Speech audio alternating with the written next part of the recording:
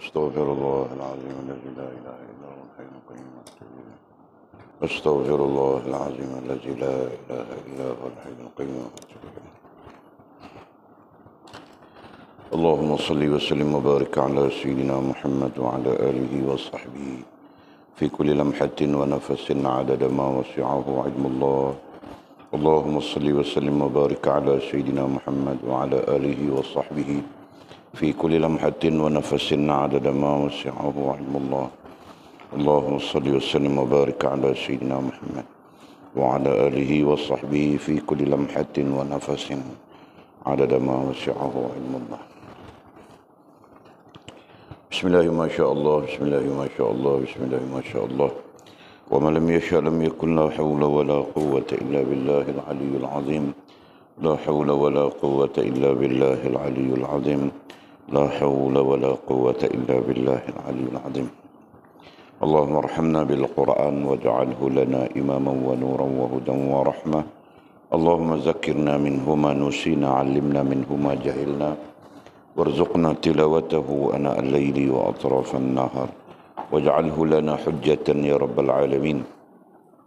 اللهم افتح لنا فتوح العارفين وارزقنا فهم النبيين، واجعلنا من عبادك الصالحين والمتقين يا رب العالمين. بسم الله الرحمن الرحيم. قال مصنف رحمه الله تعالى: نفعنا الله بعلومه وبكتابه في الدارين، اللهم آمين يا رب العالمين. وبعد. قال: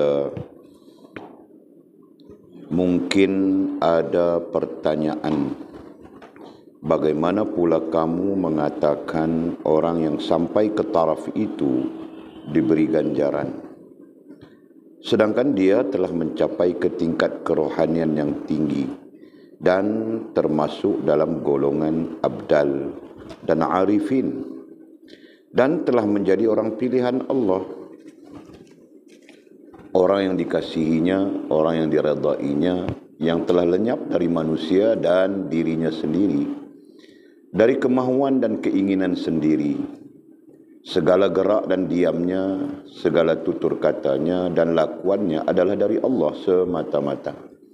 Dan dia merasa dirinya tidak apa-apa di hadrat kebesaran ilahi. Bahkan seluruh jiwa, raga dan kepunyaannya telah diserahkan kepada Allah. Bagaimana pula orang seperti ini diberi ganjaran, sedangkan dia tidak meminta apa-apa dan dianggapnya dirinya tidak ada apa-apa, dan abdi atau hamba semata-mata kepada Allah. Jika kamu berkata demikian, jawabnya memang kamu berkata benar. Tetapi Allah hendak melimpahi berkat dan kasih sayangnya kepada orang itu dan dipeliharanya dengan lemah lembut dan penuh mesra dan redha. Orang itu telah melepaskan tangannya dari segala hal ehwal dirinya dan tidak mahu meminta kesedapan di dunia ini, kerana kesedapan itu telah ditentukan baginya di syurga kelak, dan tidak mahu manfaat dari dirinya itu, dan tidak juga mahu mengelakkan mudarat dari dirinya itu. Sehingga kan dia telah menjadi ibarat bayi di pangkuan ibunya yang tidak tahu apa-apa. Dia dipelihara dengan kasih sayang dan mesra Allah, dan diberi rezeki oleh Allah Subhanahu wa ta'ala. Apabila Allah telah melucutkan dari si hamba itu semua kecenderungan terhadap dirinya, yakni diri si hamba, maka Allah akan cenderungkan hati manusia terhadap si hamba itu dan melimpahkan kasih sayang dalam hati-hati mereka itu untuk si hamba tersebut, sehingga kan semua orang kasih kepadanya dan suka kepadanya. Allah akan memeliharanya dengan sebaik-baiknya, dan tidak ada satu apapun yang dapat mempengaruhi dan memudaratkannya. Karena itulah Nabi besar Muhammad sallallahu alaihi wasallam ada mengatakan, seperti firman Tuhan dalam Al-Quran, sesungguhnya kawanku ialah Allah yang menurunkan Al-Quran dan dia menolong orang-orang yang baik. Kemudian kata musannif, syarahan yang ke-52. Nah, kita sambung. Pengajian kita merujuk kepada syarahan yang ke-51. Nah, kemarin malam kita panjang lebar bincang ya. Syarahan yang ke-51. Mudah-mudahan menjadi pelajaran kepada kita. Menjadi bahagian daripada pelajaran kepada kita. Nah, rupa-rupanya ini adalah perkara yang sepatutnya berlaku dalam hidup kita sendiri. Ini adalah sebahagian daripada hal yang sepatutnya kita terlibat di dalamnya. Nah, kan? Ini sepatutnya perkara-perkara yang terjadi di dalam kehidupan kita. Nah, kalau tidak yang berlalu, kalau tidak berlalu berarti mungkin sekarang, mungkin akan datang. Nah, hal-hal seperti ini sepatutnya terjadi. Nah, jangan sampai kita terjadi seperti mana kebanyakan orang saja. Kan? Nah, kebanyakan orang macam mana? Kebanyakan seperti yang kita lihat. Nah, hidup macam tiada arah saja. Ya kan? Nah, jadi semua itu kemarin kita berbincang. Nah, jika ada pertanyaan, kamu orang kemukakan saja. Nah, ini kita sambung saja ya. Walaupun cadang mau berhenti awal, tidak berapa sihat nih. Nah, kemudian kata musannif mungkin ada pertanyaan. Nah, itu mungkin ada pertanyaan. Ada pertanyaan, ada persoalan. Nah, jadi biasa saja kan. Sebenarnya semua orang ada pertanyaan. Tapi tidak tahu mau bertanya. Bentuk pertanyaannya apa. Nah, itu yang selalu. Kan? Nah, macam kamu orang juga apa? Mau bertanya. Tapi mau tanya apa? Nah, kau sendiri tidak tahu mau tanya apa. Itu gambaran sebenarnya kau tidak tahu apa. Karena tidak mungkin kau tahu sesuatu, kau tidak tahu bertanya. Gitu kan? Nah, itu ilmu psikologi yang mengajar begitu. Jadi wali tanya kamu orang, ada pertanyaan? Tiada. Nah, berarti kamu orang sebenarnya tidak tahu apa. Jelaskah? Kalau kau tahu, nah kau akan bertanya. Nah, sekarang kita lihat di sini. Mungkin ada pertanyaan. Mungkin ada pertanyaan. Kenapa ada pertanyaan? Nah, kita berbincang sudah sebenarnya.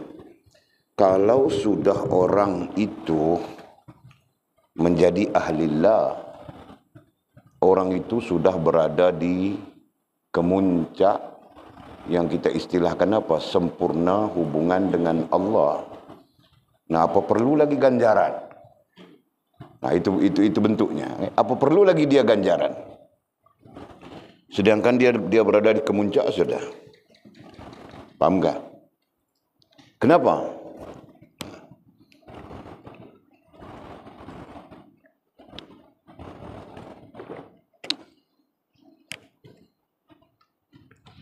Kerana orang yang berada di kemuncak tidak meminta apapun kepada Allah melainkan untuk bersatu dengannya.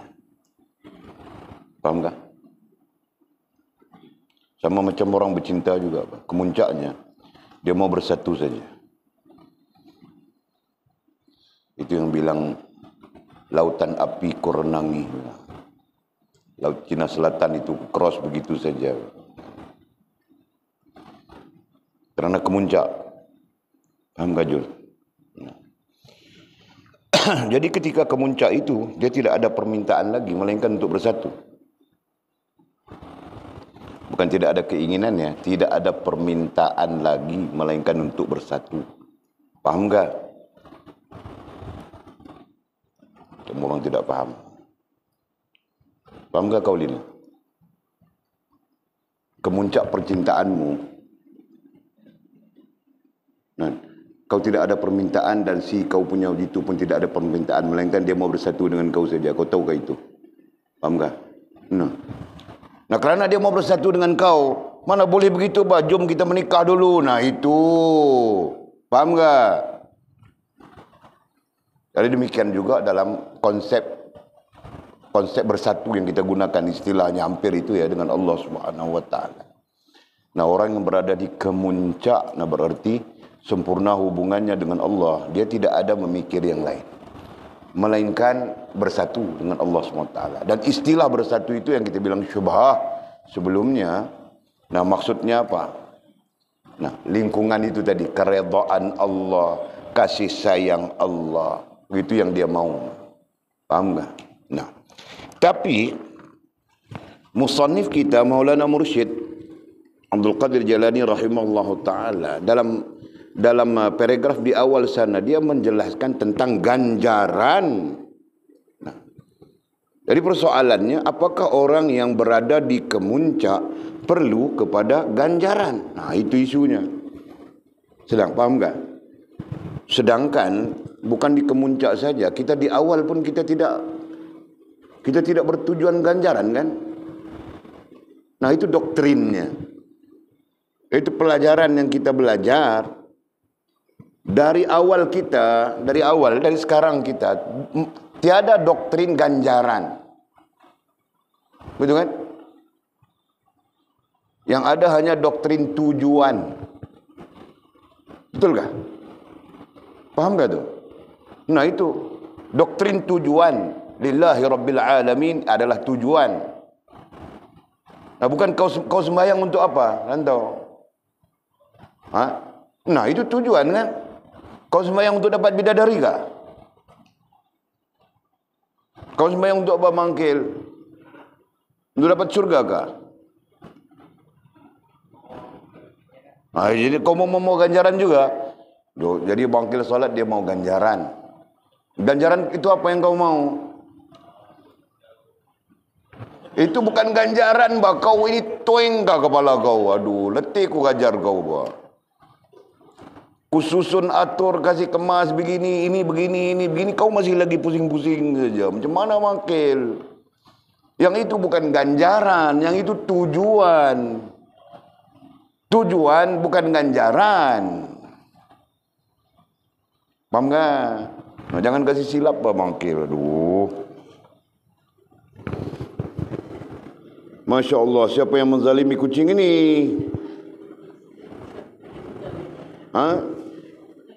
Siapa punya kerja tu? Aduh. Tidak boleh mau buat walid, tidak boleh kamu orang buat kucing. Mana tu? Kamu orang marah dengan walid. Buat walid tu, kenapa buat kucing tu? Nah, walid kasih nanti buat walid. Kamu warna apa muka walid? Hijau, merah. Suka hati kamu orang, bah. Kau buat kucing tu buat apa? Melepaskan geram pada kucing. Zalim bah itu. Jadi siapa buat? Siapa yang buat? Anjung buat. Kau buat walid buat anjung. Kau geram dengan walid, kau marah walid, kau buat walid. Kau buat kucing buat apa? Nah, nanti walid kasih muka walid kau buat. Astagfirullah. Okey, balik kepada kita. Jadi kesimpulannya, suatu hal yang unik apabila orang-orang yang sempurna hubungan dengan Allah Subhanahu wa taala diberi ganjaran, begitu kan? Itu maksudnya. Nah, unik menurut ulama ini, menurut ahli kerohanian yang memahami peringkat-peringkat begitu kan. Nah, kita main bantai saja, wah. Nah, pada peringkat kita ini main bantai saja, ganjaran pun kita mau juga, wah. Tujuan pun mau juga, wah. Kan? Nah, tujuan ya Allah SWT, ganjaran pahala-pahala pun ku mau juga, wah. Ganjaran apa? Bidadari pun ku mau juga, wah. Begitu kan? Nah, jadi kita mencampur adukan di antara tujuan dengan ganjaran. Nah, itu. Paham tak? Kita mencampur adukan di antara tujuan dengan ganjaran. Lebih buruk daripada itu, kita meminta ganjaran walaupun tujuan kita kadang-kadang samar. Boleh faham tak? Nah, itu. Lebih buruk dari itu, kita meminta ganjaran walaupun tujuan kita. Nah, Walid bilang kadang-kadang itu lebih bagus kan? Lebih mesra cakap gitu. Kadang-kadang samar-samar. Sedangkan para ahlillah tidak meminta ganjaran. Nah, itu bezanya. Bukan saja meminta, tidak memandang, tidak melihat, tidak memikirkan ganjaran. Mereka hanya memikirkan, memandang tujuan. Jelaskah? Pun begitu, Allah Subhanahu wa taala yang Maha Kaya, Maha Rahman, Maha Rahim melimpahkan ganjaran kepada mereka walaupun mereka tidak minta. Faham tak? Nah, poin besar di sana, mesej besar di sana adalah kau tidak perlu meminta ganjaran. Kau cuma perlu membetulkan tujuanmu sahaja. Kenapa? Karena ganjaran itu pasti diberi oleh Allah Subhanahu wa taala. Jelaskah? Dalam arti kata yang lain, jangan sampai kau menukarkan ganjaran itu kepada tujuan. Nah, ini yang lazim berlaku jika kita tidak memahami secara ilmu. Ganjaran itu kita tukar menjadi tujuan. Nah, ini salah, saudara.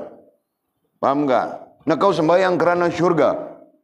Nah, itu yang salahnya. Kau berniqab kerana boyfriendmu suruh kau berniqab. Cemburu buta dia sampai tidak suka orang lain lihat kau. Nah, misalnya. Nah, kau pun berniqab saja. Kenapa? Kerana Budin Ketot. Aku sebut nama Budin Ketot. Kan? Jadi kerana kau itu berarti tujuan. Nah, tujuan kau itu bukan Allah Subhanahu wa taala. Jelas kah? Nah, ini belajar sudah kemarin seluruhnya, seluruh yang namanya bagian dalam kehidupan itu.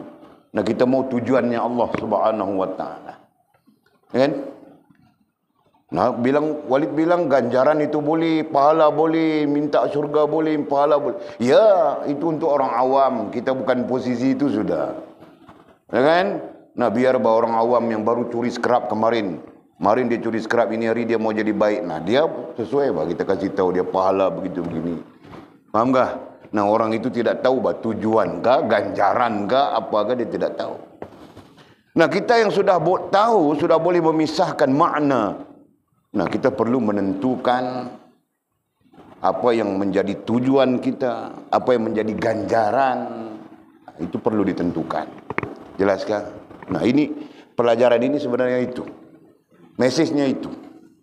Dan jangan ganjaran itu dipandang, dilihat, dijadikan tujuan. Ya. Kenapa? Karena ganjaran saja. Karena ganjaran itu tetap akan diberikan oleh Allah Subhanahu wa taala berdasarkan kepada kesesuaian posisi kita. Jelas? Nah, kalau posisi Jul adalah tawabin. Nah, kesesuaiannya, ganjaran kesesuaiannya adalah tawabin. Nah, Allah tidak akan memberikan ganjaran yang posisi muqarrabin ke posisi siddiqin ke kepada Jul. Paham Jul? Nah, itu. Ganjaran itu adalah ganjaran yang bersesuaian dengan posisi kita. Nah, sama saja kan manusia dengan manusia pun begitu. Jadi kalau kita yang mau kita jumpa itu orang besar-besar. Nah, kita tidak minum di kopi kaki lima, Pak. Kita minum di hotel 5 bintang. Kan? Satu cawan kopi saja RM30, RM25, satu cawan saja, Pak. Nah, kalau satu jug itu kau mati mau bayar.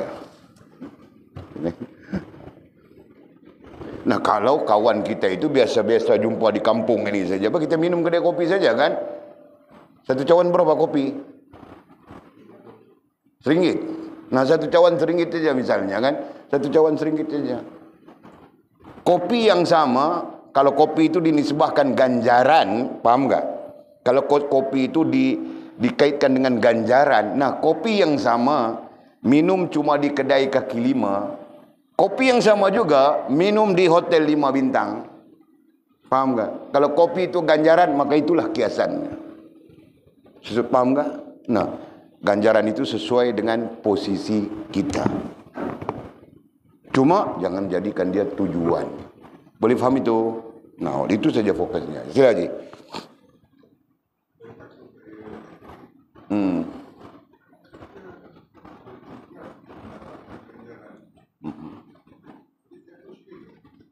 Bertujuan untuk mendapatkan ganjaran. Adakah ganjaran itu kita jadikan sebagai tujuan? Kalau ganjaran itu dijadikan tujuan, maka itu bahagian daripada syirik khafi. Para ulama dah bagi penjelasan banyak tentang itu. Berarti contohnya kita sembahyang pertama kerana Allah misalnya, yang kedua kerana nak syurga, kan? Yang ketiga mungkin ada lagi kerana mak mentua duk tengok belah belakang, ada kan? Itu yang kita bincang lepas itu hari. Berapa banyak tujuan, berapa banyak perkara kita letak menjadi tujuan. Itu. Padahal tujuan satu saja. Kan? Jadi itulah bentuk-bentuk yang kita kena perbetul diri kita. Jadi persoalan Pak Haji Nafiah kita, kalau tujuan itu, kalau ganjaran itu disamakan dengan tujuan, itu tidak benar. Tak boleh. Para ulama mengatakan itu syirik khafi. Itulah sebahagian daripada bentuk syirik khafi. Meletakkan sesuatu bersama dengan Allah Subhanahu wa taala. Dia tidak ada bersama termasuk diri kita. Kemarin kita ada bincangan, mana ada bersama. Semua Allah SWT aja. Diri kita ni dipinjamkan saja. Diizinkan saja. Nah, bila dipinjamkan, bila diizinkan, dari situ menunjukkan tidak ada kekuatan apapun kita. Mana boleh bersama? Kan? Kalau bersama itu, kekuatan kita 50%, kekuatan Allah 50%, tu baru boleh bersama. Ini mana ada kekuatan apa kita? Nah, la haula wa la quwata illa billahil aliyyil azim. Berarti mutlak Allah Subhanahu wa taala. Clear nah? Okey. Nah, kita sambung lagi. Nah, mungkin ada pertanyaan begitu. Nah, mungkin murid-muridnya, murid-murid Maulana Mursyid Syekh kita Abdul Qadir Jailani, murid-murid Walid tidak ada pertanyaan seperti ini. Apalagi orang, mana mungkin bertanya seperti ini, kan?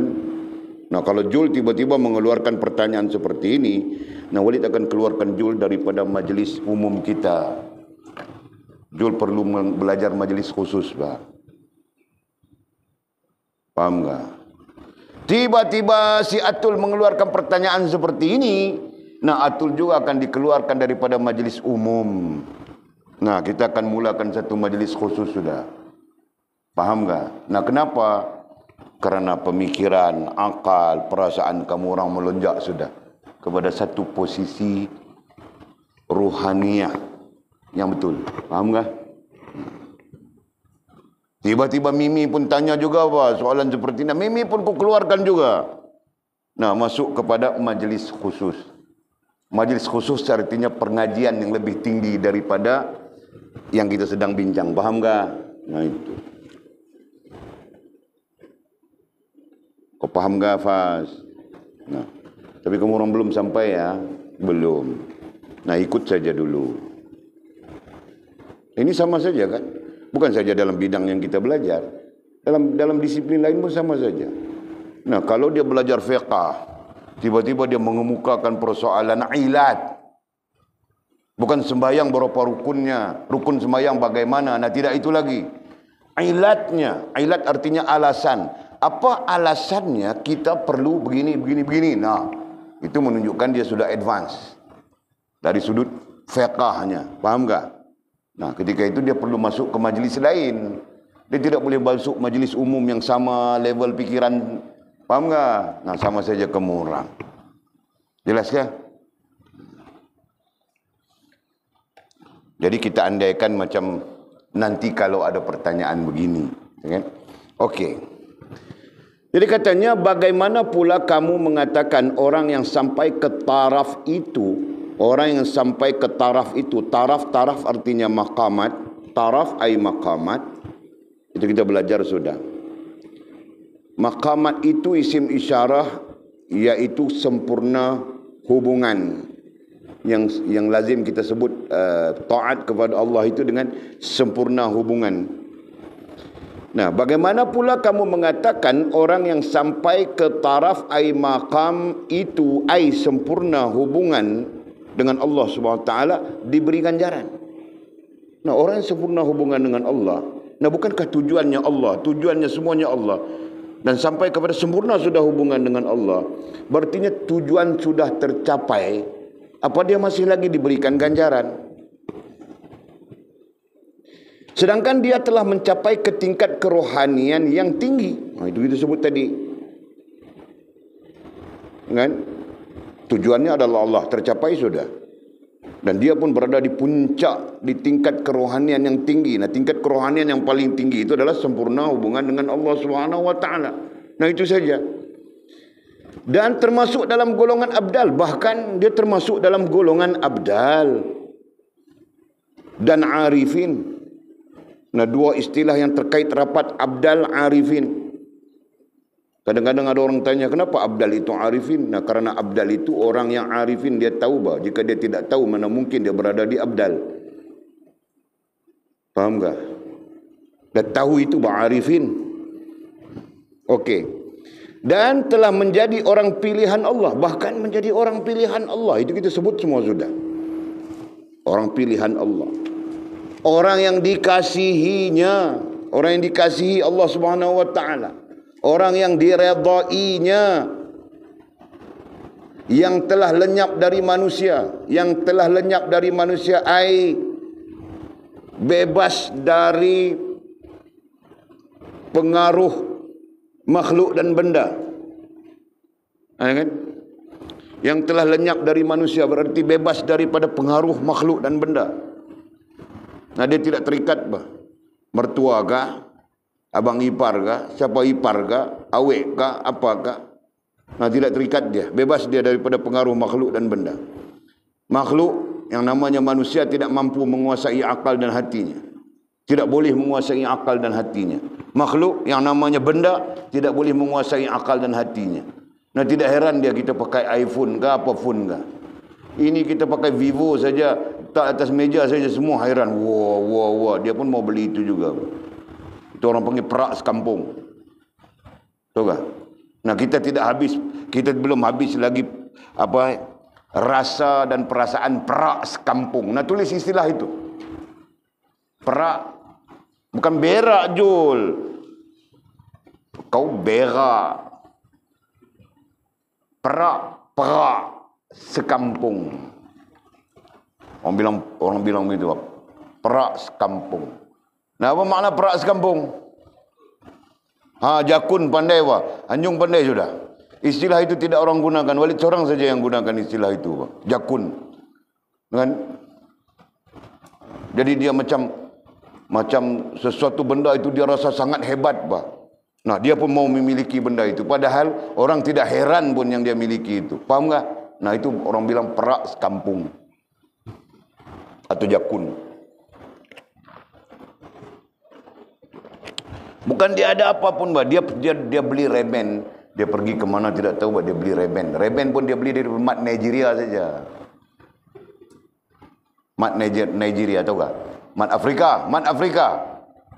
Nah, mat Afrika tu jual dia reben itu RM20 saja, bah. Bilang ini reben original, Mat Afrika itu pun ambil dari entah dari mana, bah. RM10 saja mungkin. Nah, jual dia RM20. Bilang ini original, 200 harganya. Dia pun pakai Nah, ketika itu dia merasakan dialah yang paling hebat berjalan di jalan. Nah, ini perangai manusia, faham tak? Nah, mungkin kau pun sudah paham isi. Nah, kau taruh saja reben di kulit, kau pun berjalan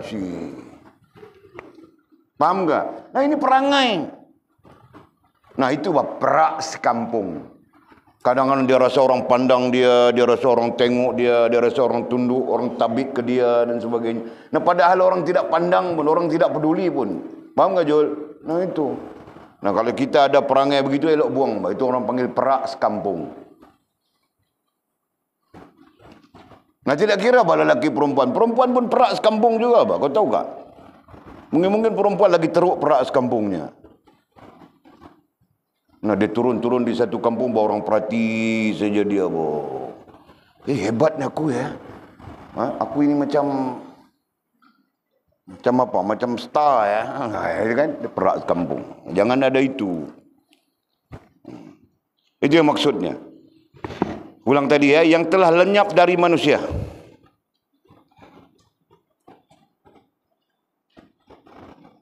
Bagaimana pula kamu mengatakan orang yang sampai ke taraf itu diberi ganjaran, sedangkan dia telah mencapai ke tingkat kerohanian yang tinggi dan termasuk dalam golongan abdal dan arifin. dan telah menjadi orang pilihan Allah. Orang yang dikasihinya, di situ adalah Allah ya. Orang yang dikasihinya ay Allah. Orang yang diredainya ay Allah. Yang telah lenyap dari manusia. Nah, itu maksud yang kita sedang bercakap tadi.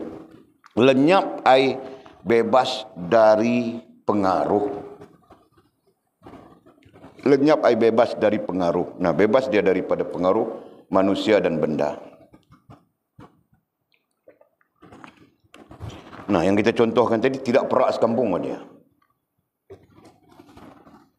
Nah, dia tidak pandang pun apa yang orang akan kata. Dia melihat apa yang Allah Subhanahu Wa Taala akan kata. Faham tak? Ini nanti apa orang cakap, nanti apa orang cakap. Nah, jangan fikir apa orang cakap. Apa yang Allah cakap. Nah, Allah cakap ini berdosa, tinggalkan. Allah cakap ini salah, tinggalkan. Gitu kan? Nah, itu yang sebetulnya. Dia pegang apa orang cakap. Kan? Itu termasuk yang kita kaitkan tadi. Apa ya? Yang telah tidak lenyap dari manusia. Nah, kita bercakap tentang orang yang lenyap dari manusia. Lenyap ai, apa dhabitmu? Bebas dari pengaruh. Okey. Yang telah lenyap ai, bebas dari pengaruh manusia dan dirinya sendiri. Nah, begitu juga dia bebas dari dirinya sendiri. Nah, dalam arti kata yang lain, nah, dia tidak melihat apapun hebat besar pada dirinya, melainkan hebat dan besar itu pada Allah Subhanahu Wa Taala. Faham tak? Nah, itu pada dirinya. Pada dirinya sendiri. Koma di situ ya. Koma, jangan campur adukkan. Dan dirinya sendiri. Koma di situ. Nah, sekarang kita melihat diri kita juga. Keadaan sekarang, keadaan orang-orang yang tidak sampai kepada kesempurnaan. Nah, lazim saja dia melihat kepada dirinya. Dia merasakan dirinya bagus, dia merasakan dirinya pandai, dia merasakan dirinya hebat, dia merasakan dirinya. Nah, itu menjadi kebiasaan bagi orang-orang yang tidak mencapai kedudukan ke taraf ahlillah itu. Faham tak? Nah, kita perlu buang itu. Jangan melihat kepada diri kita. Nah, kalau kau lihat juga kepada diri, lihatlah pada diri kita. La haula wa la quwata illa billahil aliyul azim. Seperti mana kita sebutkan tadi. Nah, tidak ada daya apa, tidak ada upaya, melainkan dengan pertolongan Allah, dengan izin Allah Subhanahu Wa Taala. Nah, itu berdiri kita. Jadi, rasionalnya apa? Ya, jika Allah Subhanahu Wa Taala tidak menolongmu dengan mengizinkan gerakan, nah, kau tidak mampu bergerak apa? Nah, hari ini Allah Subhanahu Wa Taala memberikan Walid rasa rasa tidak larat. Nah, tidak larat saja. Lepas bangun, tidur balik. Lepas tidur, bangun. Lepas bangun, tidur. Jadi kerjaku bangun, tidur, bangun. Bangun, tidur lagi. Nah, itu ada lagunya kan. Itu saja Pak. Keluar sekejap, pergi urusan sikit, pulang berasa letih saja. Nah, pulang-pulang tadi tanya mamamu, pulang-pulang letak kepala, aku letih ni, rasa letih ni. Raih, habis sudah. Enak lagi. Tua sudah kah? Tua sudah kah, Fas? Nah, kau cakap apa jujur? Aku tanyamu, tua kah? Tua sudah kah? Kau sama dengan pendapat dengan mamamu, Pak. Nah, kamu orang dua sama pendapat saja. Mama pun bilang boleh tua sudah. Nah, esok baru boleh siapkan diri muda semula.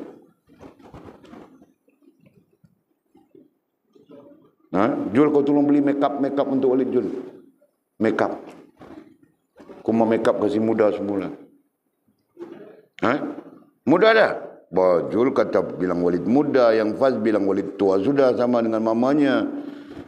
Jadi mana satu ini kamu orang ni? Lama-lama gila aku. Okey.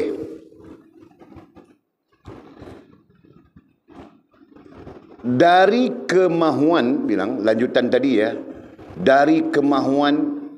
Nah, jadi lanjutan ayat itu dari dirinya sendiri berarti dirinya tidak dapat mempengaruhi rohaniahnya. Begitu juga dari kemahuannya tidak dapat mempengaruhi rohaniahnya. Jadi kalau kamu orang mau aikan saja begitu ya. Dirinya sendiri, dirinya tidak dapat mempengaruhi rohaniahnya. Dari kemahuan, kemahuannya tidak dapat mempengaruhi rohaniahnya. Dan keinginannya pun tidak dapat mempengaruhi rohaniahnya sendiri. Nah, itu bahasanya, kasih mudah. Nah, selalunya diri kita mampu mempengaruhi rohaniah kita kan? Diri kita mampu mempengaruhi rohaniah kita, paham tak? Nah, kenapa? Karena rohaniah kita lemah. Diri kita sebahagiannya adalah jasmania. Nah, jasmania mampu saja mempengaruhi kita. Macam Malik bilang tadi, mau beli alat solek mau kasih mudah. Paham tak? Nah, itu apa? Itu keinginan. Itu keinginan. Mau solek kasih mudah, mau solek kasih cantik dan sebagainya, itu adalah keinginan. Paham tak? Walaupun pada hakikatnya tua sudah. Kau mau buat muda macam mana, tua tetap tua, bah. Itu pasti. Jelas kan? Tapi keinginan, mau beli itu, mau beli ini. Nah, paham tak? Nah, semua itu datang daripada mana? Datang daripada elemen jasmania. Paham tak? Nah, kenapa kita nanti bertindak buat seperti mana yang kita inginkan? Walaupun pada hakikatnya memang tua sudah. Nah, jawapannya karena jasmania kita lemah. Jelas kan? Nah, aku ajar kamu orang, aku cerita semua. Walaupun kadang-kadang hal ini terlalu sudah tinggi, sudah tidak sampai dengan pikiran kamu orang. Nah, semuanya adalah pengaruh dari diri kita sendiri. Nah, sebab itu kita perlu belajar bahawa hal ini, perlu jelas hal ini supaya nantinya diri kita sendiri tidak mempengaruhi rohaniah kita. Karena rohaniah itu pada hakikatnya bersih. Nah, kita yang mengotorinya, dengan kita yang merusakkannya. Kita sendiri yang merusakkan rohaniah. Paham tak? Sama saja seperti kita sendiri yang merusakkan jasmaniah kita. Nah, kita mengikut hawa nafsu. Kita mengikut iblis. Nah, itu nantinya merusakkan rohaniah dan jasmaniah kita.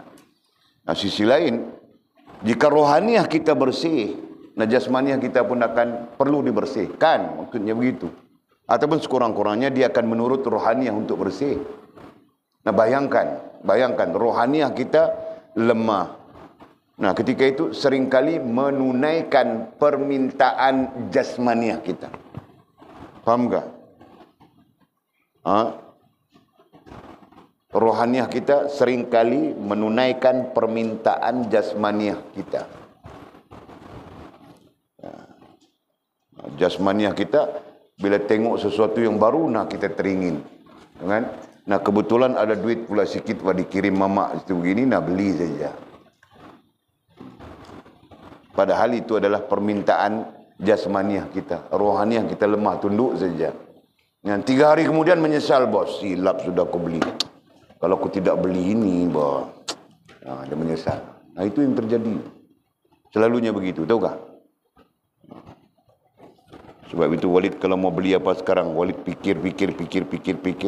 Nah, supaya tidak salah, tidak menyesal. Tapi tersalah juga. Nah, itu luar daripada kemampuan Walid, bah. Nah, baru ini Walid beli satu alat. Walid sangat perlukan benda itu. Letak di sini, tekan saya, dia akan sedut, mah. Vacuum. Macam bekam itu. Nah, tiba-tiba datangnya betul bekam, tapi barangnya lain. Ku hampuk pecah berselerak, tanya mamamu, mah. 3 hari mama pun takut saja tengok mukaku. Keluar harimau kah? Di muka? Macam harimau lah.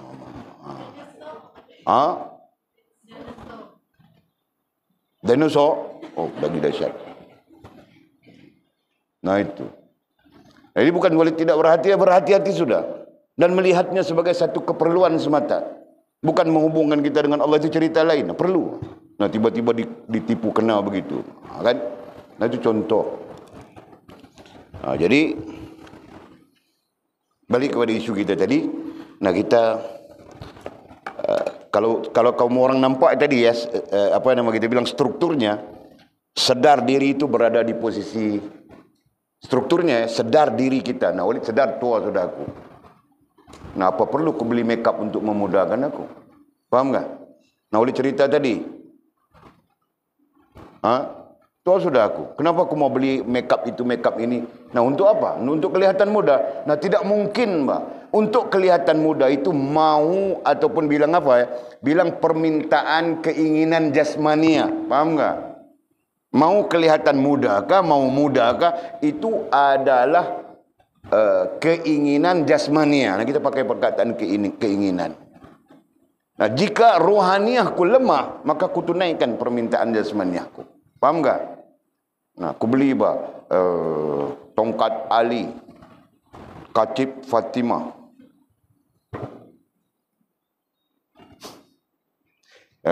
jamu Nyai Blorong, ya kan? Mak Jun Puteri Gunung Ledang. Nah, aku beli bah. Faham tak cerita? Nah, kerana sedar diri. Nampak kan sekarang peranan pengaruh sedar diri itu betapa besar. Nah, kerana sedar diri, hakikatnya aku tua sudah. Ku make up macam mana pun dia tetap tua. Nah, sedar diri. Faham tak? Nah, memutuskan kemahuan jasmaniahmu. Jelas kan? Nah, ketika itu rohaniahmu tetap steady saja. Faham tak? Nah, itu kedudukan yang sebenarnya. Yang sebaliknya kita mengikut-ikut saja jasmania kita. Dia mau itu, kita dapatkan itu. Dia mau ini, kita dapatkan ini. Nah, alhamdulillah bah, kemauan-kemauan kita kadang semuanya bagus-bagus. Tahukah ada orang yang dia punya kemauan dia punya keinginan jasmani dia curi seluar dalam orang perempuan. Kau tahu tak? Aku baca berita tadi. Seorang lelaki ditangkap. Bila ditangkap pergi di rumahnya penuh dengan seluar dalam wanita. Nah, orang kampung mengadu bah, seluar dalam hilang. Padahal orang kampung pun sidai seluar dalam di luar saja. Orang kampung kan. Nah, sekarang kita pun orang kampung juga kan. Nah, jangan sidai di luar bah, nanti ada orang yang curi. Oleh pun pikir apa stigmanya orang ini. Rupanya kepalanya tidak betul bah.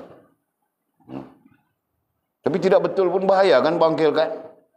Nah, jangan begitu bangkil kalau kita tidak betul pun. Jangan. Kerana itu buruk, pandangan itu buruk sangat, kata enggak? Durian boleh tahan lagi, bah, tapi itu takut juga nanti perut kita dibakar Allah Subhanahu Wa Taala kan? Nah itu, Allah ya Allah. Nanti kita buat kasih siap bah ni orang ni belakang sana itu tempat sidai-sidai itu, aduh. Nah, Walid pun terfikir saja dibaca-baca. Nah, mula aku nampak kamu orang punya dom itu, bah. Kan sidai di dalam dom saja. Nanti ada tempat bah kita bikin takut orang curi kamu orang punya disihir-sihir kamu orang hilang bah. Mau mana aku mau cari. Biar kasih buaya makan. Okey. Lanjut. Faham sudah di sana. Segala gerak dan diamnya, segala gerak dan diamnya, sepatutnya titik di sana ya, bukan koma lagi. Dan keinginannya sendiri di sana titik. Nah, kita susun ayat ini supaya mudah kamu orang baca. Bukan koma ya, titik. Nanti belajar ya, koma itu apa pengaruhnya, titik itu apa pengaruhnya. Jangan sampai tidak tahu. Nanti koma itu titik, titik pun koma. Kan? Jadi kena belajar. Tahukah? Belajar sudahkah? Kau belajar di mana, Anjung? Kau belajar di mana? Kau sekolah pun sampai darjah 6 saja kau bilang belajar semua itu. Tak sampai darjah 6. Jadi kau mana belajar itu? Nah, Walid perlu ajar kamu orang. Nah, Walid tidak mau ada yang keluar dari Walid ini bodoh bah. Tidak tahu koma, tidak tahu ayat seruan itu apa, tanda tanya itu apa. Tahu tak? Nah, aku tidak mau itu. Jadi ada satu orang akan mengajar kamu orang semua itu terkait bahasa Malaysia, bahasa Melayu. Jadi ada ayat seruan. Nah, ada tandanya. Kan? Ada koma bertindih. Koma bertindih itu apa? Kurungan itu apa? Nah, semua itu perlu belajar. Faham tak? Jangan kau berdasarkan kepada telefon saja. Nah, telefon pun ada kurungan juga. Nah, kurungan itu apa? Nah, kau tidak tahu. Faham tak? Nah, jadi semestinya ada apa? Ada pengaruhnya tersendiri. Kan? Contoh, tadi kita kasih tahu. Dan dirinya sendiri, koma di situ.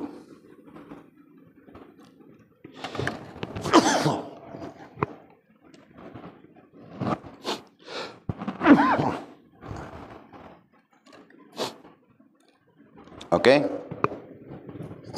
Koma di situ. Dan dirinya sendiri koma di situ. Kenapa koma? Kalau titik ataupun tidak bertitik, berarti dia dalam satu ayat. Salah sudah. Nah, kalau koma, berarti ayat yang berasingan. Istilah yang berasingan. Ya kan? Nah, itu maksudnya. Jadi di sana titik. Dan keinginannya sendiri, titik. Itu. Jadi ayat lain. Segala gerak dan diamnya, gerak dan diam itu dalam sisi lain dibilang alamat hidup, tanda hidup. Nah, kenapa kita dibilang hidup? Karena kita ada gerak dan diam. Nah, begitu.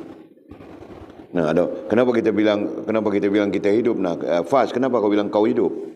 Kalau boleh bilang kau mati macam mana?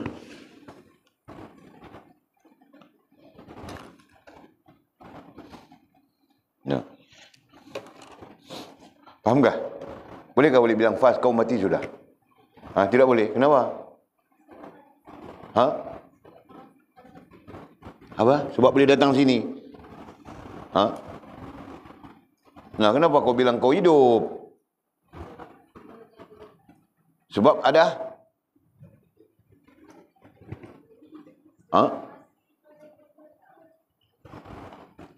Aku tahu bah, orang mati mana boleh bercakap. Nah, itu bukan jawapan. Walaupun kau menyatakan dalam bentuk jawapan. Nah, jawapan itu tadi. Gerak dan diam. Cakap itu sebahagian daripada gerak. Kau cakap apa? Kenapa kau tidak mau cakap yang kau masih bernyawa? Kenapa kau, Walid bilang kau mati? Kau bilang tidak bah, aku hidup ini. Nah, kenapa, macam mana kau bilang kau hidup? Nah, aku bernyawa. Kenapa kau tidak bilang begitu? Nah, kau ni main ikut-ikut saja, Bafaz. Jangan begitu. Jawapan itu betul. Tapi sebenarnya Walid mau manipulate, tahukah?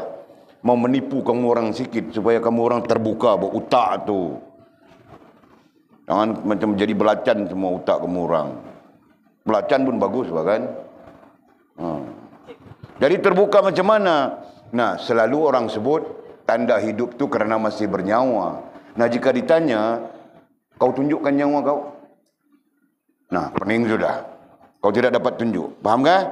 Nah, selalu orang jawab begitu. Tanda hidup itu nyawa, Pak. Bahkan kita pun kadang-kadang menggunakan hujah itu untuk menyatakan bahwa hidup itu kita masih bernyawa. Nah, satu sisi, ya betul. Khususnya sisi menerangkan rohaniah, gitu kan? Nah, sekarang dalam konteks terbuka ini, apa tanda kau hidup? Aku masih bernyawa, Pak. Mana nyawa kau?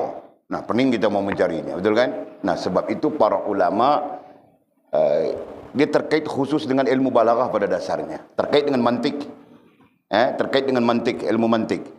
Nah, para ulama menyusun jawab dengan mengatakan bahawa tanda kita hidup adalah gerak dan diam. Nah, itu.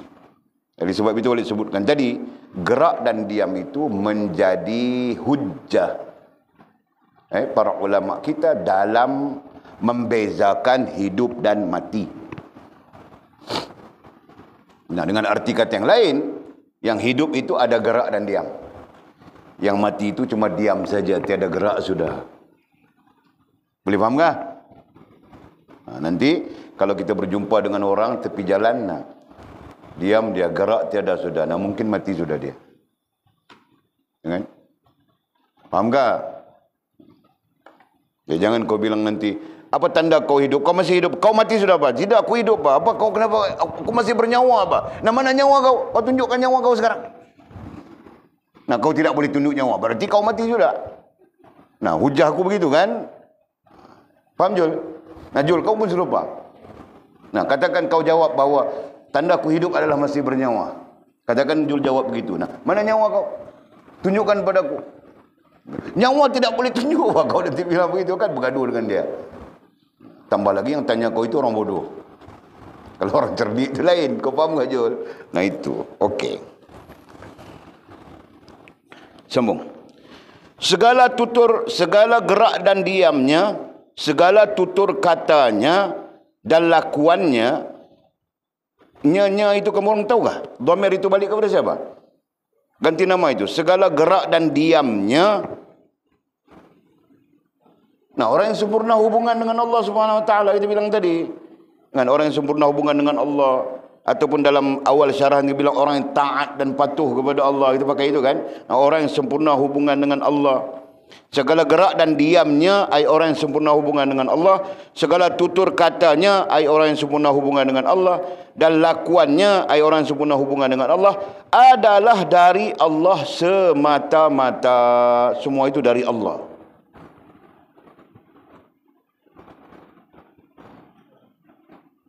Panjang ayatnya ya.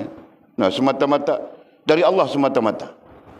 Dalam arti kata yang mudahnya, Allah menuntun seluruh gerakan dirinya. Boleh faham tak?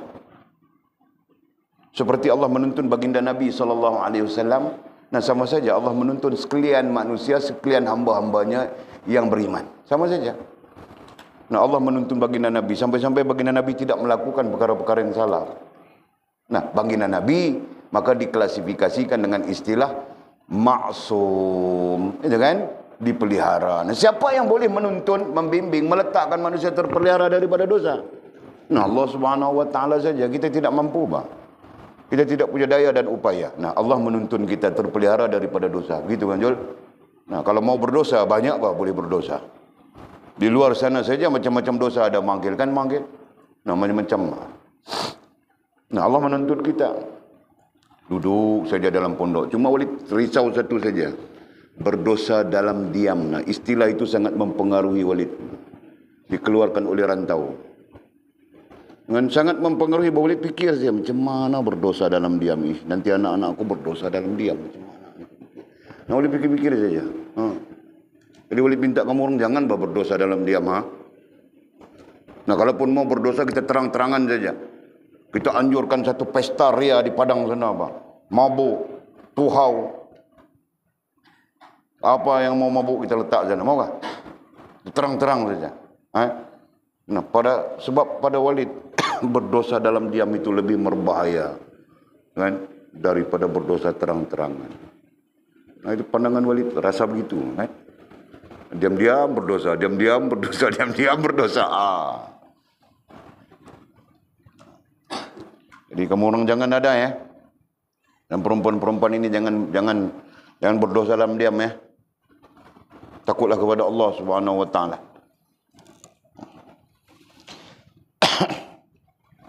Okey. Jadi katanya Walid ulang, segala gerak dan diamnya ada airnya, segala tutur katanya ada airnya, dan lakuannya ada airnya adalah dari Allah semata-mata. Ya, itu betul. Apabila kita berada di posisi sempurna hubungan dengan Allah Subhanahu Wa Taala, bahkan para ulama jumhur, majoriti ulama mengatakan bukan di posisi sempurna, posisi Allah terima dirimu, Allah mula membimbingmu sudah. Sebagian ulama, sebagian yang lain lebih halus mengatakan, nah Allah sentiasa membimbing manusia berdasarkan kepada Quran dan hadis Nabi SAW. Allah sentiasa membimbing. Nah, berarti satu pandangan Allah sentiasa membimbing kita hamba-hamba. Lagi satu pandangan mengatakan Allah membimbing kita ketika kita berada di posisi diterima. Allah terima diri kita. Nah, ketika itu Allah membimbing kita. Nah, satu pandangan. Nah, satu pandangan yang lain mengatakan sempurna hubungan dengan Allah. Di sana baru Allah SWT bimbing rohaniah kita. Nah, ada pandangan yang berbeza sesuai dengan keadaan. Ada kan? sesuai dengan keadaan. Nah, sekarang kita ambil yang tengah. Ketika Allah Subhanahu wa taala menerima diri kita, nah Allah Subhanahu wa taala membimbing menuntun rohaniah kita. Faham tak? Dan berdasarkan kepada yang kita belajar sebelumnya. Nah Allah Subhanahu wa taala akan menunjukkan kepada kita melalui ilham yang bersih, yang suci, mana yang betul, mana yang salah. Ya kan? Allah mendatangkan bisikan-bisikan melalui medium ilham. Bukan bisikan hantu ya, bukan bisikan jin. Nah ada komunikasi ilham, kita bilang begitu. Kita belajar sudah tentang itu. Tentang betul, benar, salahnya perjalanan kita. Nah semua ini adalah benar. Kerana Nabi kita SAW, nah posisi dia Nabi, nah, dia menerima hal yang sama, dipimpin, dituntun oleh Allah. Nah demikian juga orang-orang yang saleh, dipimpin, dituntun oleh Allah SWT. Apalagi kita berpegang dengan dasar, kita tidak ada daya dan upaya. Tapi boleh jadi bagus itu bagaimana? Kerana dipimpin dan dituntun oleh Allah Subhanahu wa taala. Faham tak? Nah, gitu. Dan dia merasa dirinya, dan dia siapa? Dia itu yang kita nyakan juga, dia itu adalah orang yang sempurna hubungannya dengan Allah, merasa dirinya tidak apa-apa, tidak ada apa-apa, tidak ada. Jadi perkataan yang mahzufnya adalah ada, ma wajada itu kan. Dia merasa dirinya tidak ada apa-apa di hadrat. Di hadrat boleh saja disebut, perkataan hadrat itu merujuk kepada makna di hadapan, di sisi, di kehadiran. Nah jarang orang guna istilah itu ya, di kehadiran, di hadrat.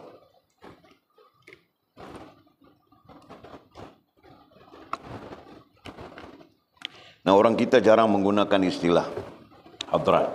Orang yang menggunakan istilah hadrat ini, walaupun hadrat itu bahasa Arab, orang Arab sendiri pun jarang menggunakan istilah hadrat.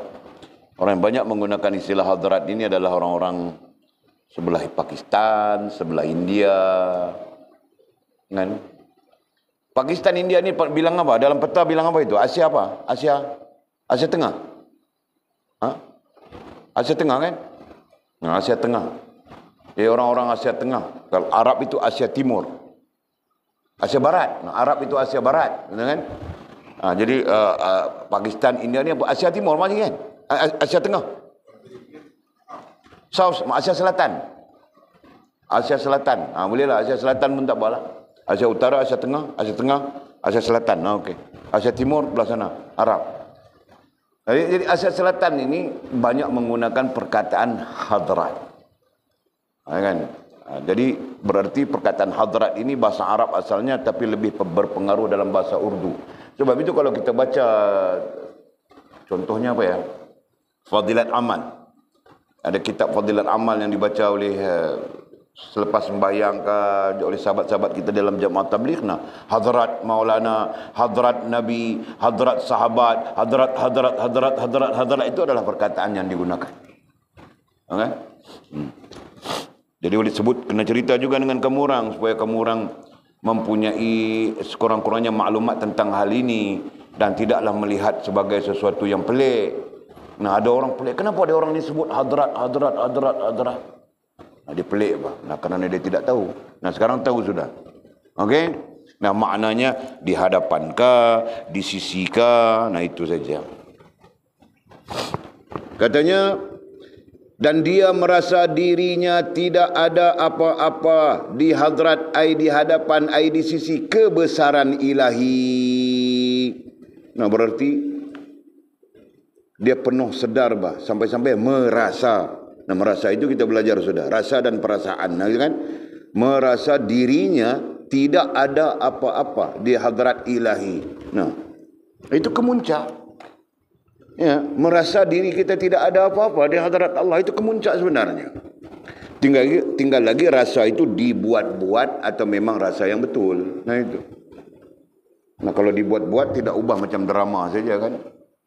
Nah kalau drama itu dia orang Emrah Joli pun jadi ustaz, jadi tok guru. Mudah-mudahan Allah merahmatinya. Pulang ke rahmat Allah sudah dia. Yang lain siapa? Ramai lagi bah. Ini hari filem ini dia jadi ustaz tok guru dengan serbannya. Filem lain dia jadi penyamun.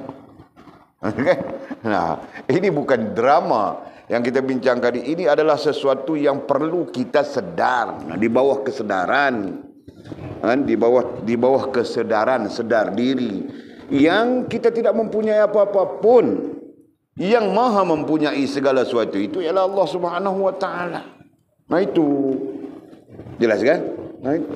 Nah, jadi orang tadi kita bilang orang-orang yang sempurna hubungan dengan Allah Subhanahu wa taala, selain daripada dia menjadi ahlilah, dikasihi oleh Allah dan sebagainya. Nah, dia sendiri merasakan perasaan dan rasa dan perasaannya sendiri bahwa dia tidak ada apa-apa di hadrat Allah Subhanahu wa taala. Di hadapan Allah dia tidak ada apa-apa. Kan? Dia tidak ada apa-apa, tidak mempunyai apa-apa, tidak memiliki apa-apa, melainkan hubungannya dengan Allah Subhanahu wa taala. Paham tak? Nah itu. Jadi apakah pemahaman seperti ini salah? Dan ini pemahaman yang paling benar. Inilah pemahaman yang paling benar dalam konteks sedar diri yang sedang kita bincangkan. Dan betul, memang betul pada hakikatnya kita tidak memiliki apa-apa. Kita bincang sudah. Walaupun yang kau bilang itu tanganmu rantau, kau bilang tanganku. Kaki kau bilang kakiku. Telinga kau yang kau bilang itu telingaku, gitu kan? Nah hidung kau bilang hidungku kan? Nah mataku, hidungku. Walaupun yang kau bilang itu ku, milikku. Nah kau buktikan milik kau. Anjung selalu bilang telinga milik dia, hidung milikku, misai milikku. Misai sudah anjung anakku ini, tengok. Baru sudah jadi lelaki yang sempurna sudah anak kita ini mah. Ini anak kita si Anjung. Si Ekal pun lelaki yang lagi sempurna dengan janggut-janggutnya sudah. Alhamdulillah.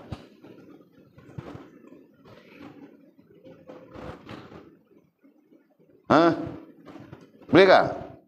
Nah yang kau bilang kuku, mataku, telingaku, hidungku, segala kuku, kaku.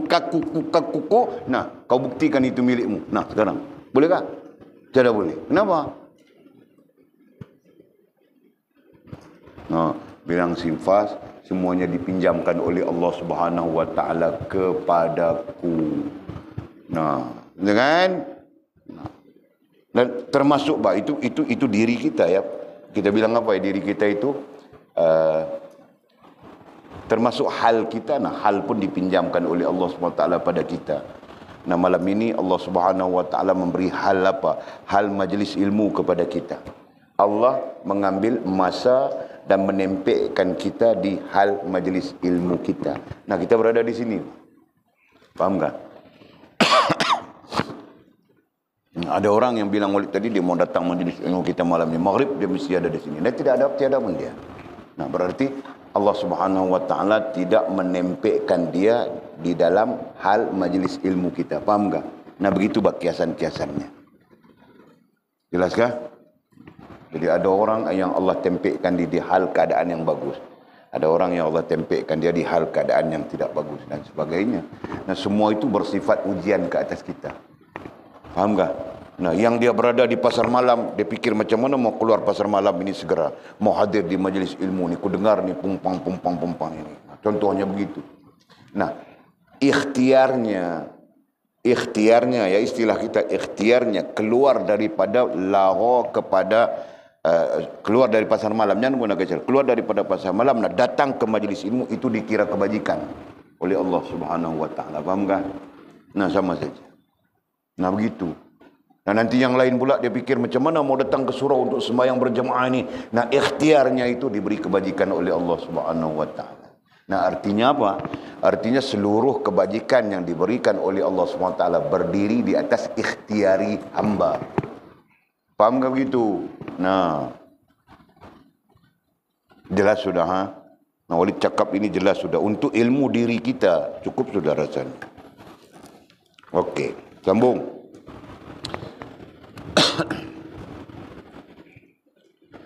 Bahkan katanya, tadi koma ya. Tidak ada apa-apa di hadrat kebesaran ilahi, koma di situ.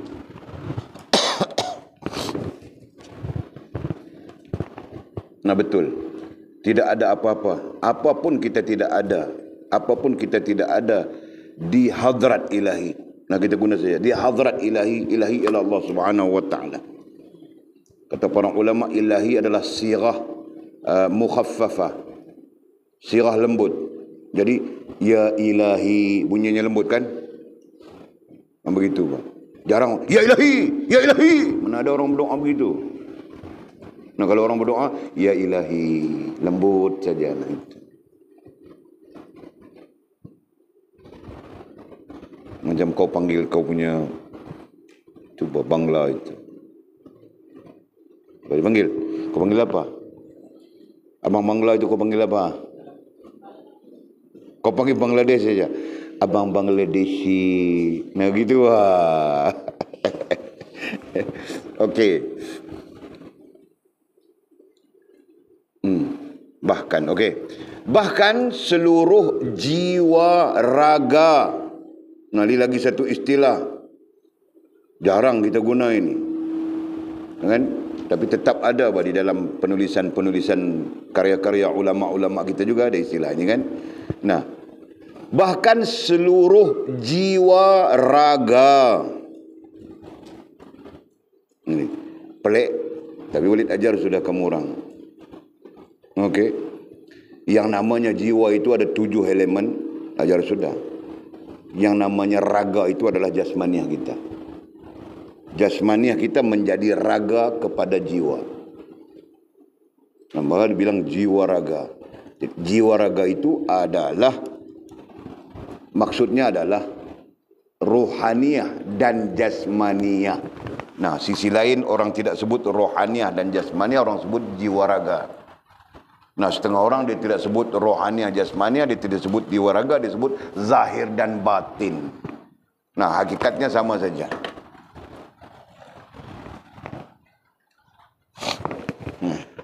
Okey? Hakikatnya sama saja.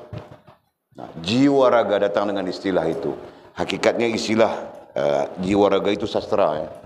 Dalam sastra Melayu, nah jiwa raga itu menggambarkan seluruh perasaan. Nah, itu sastra. Kamu orang boleh saja lihat dalam teks-teks sastra. Kalau mau belajar, kalau mau tengok, mau baca.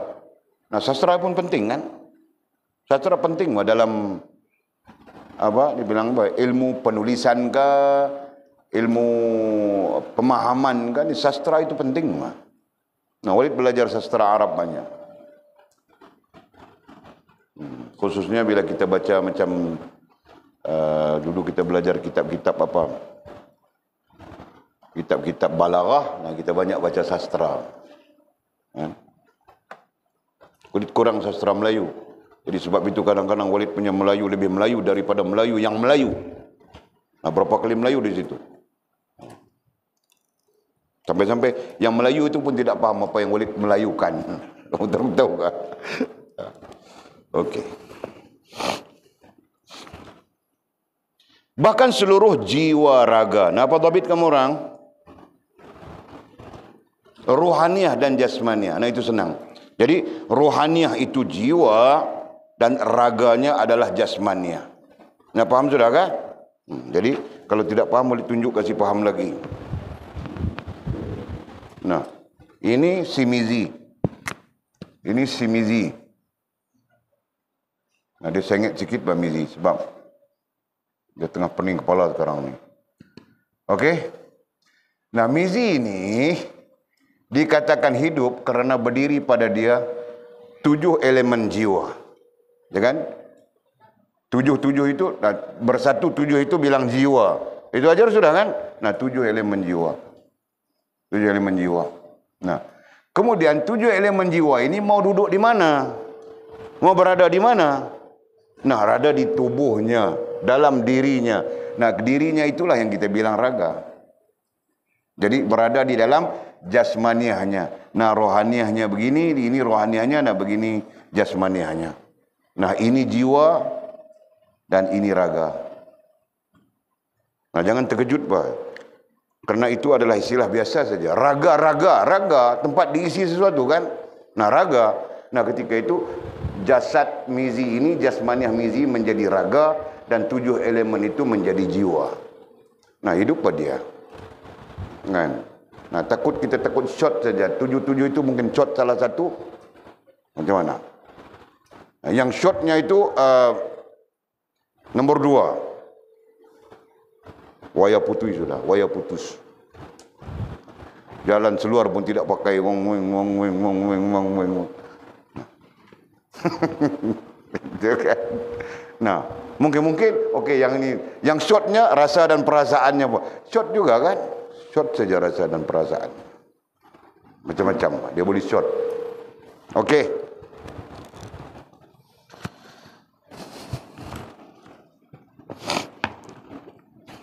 Terus. Dan katanya,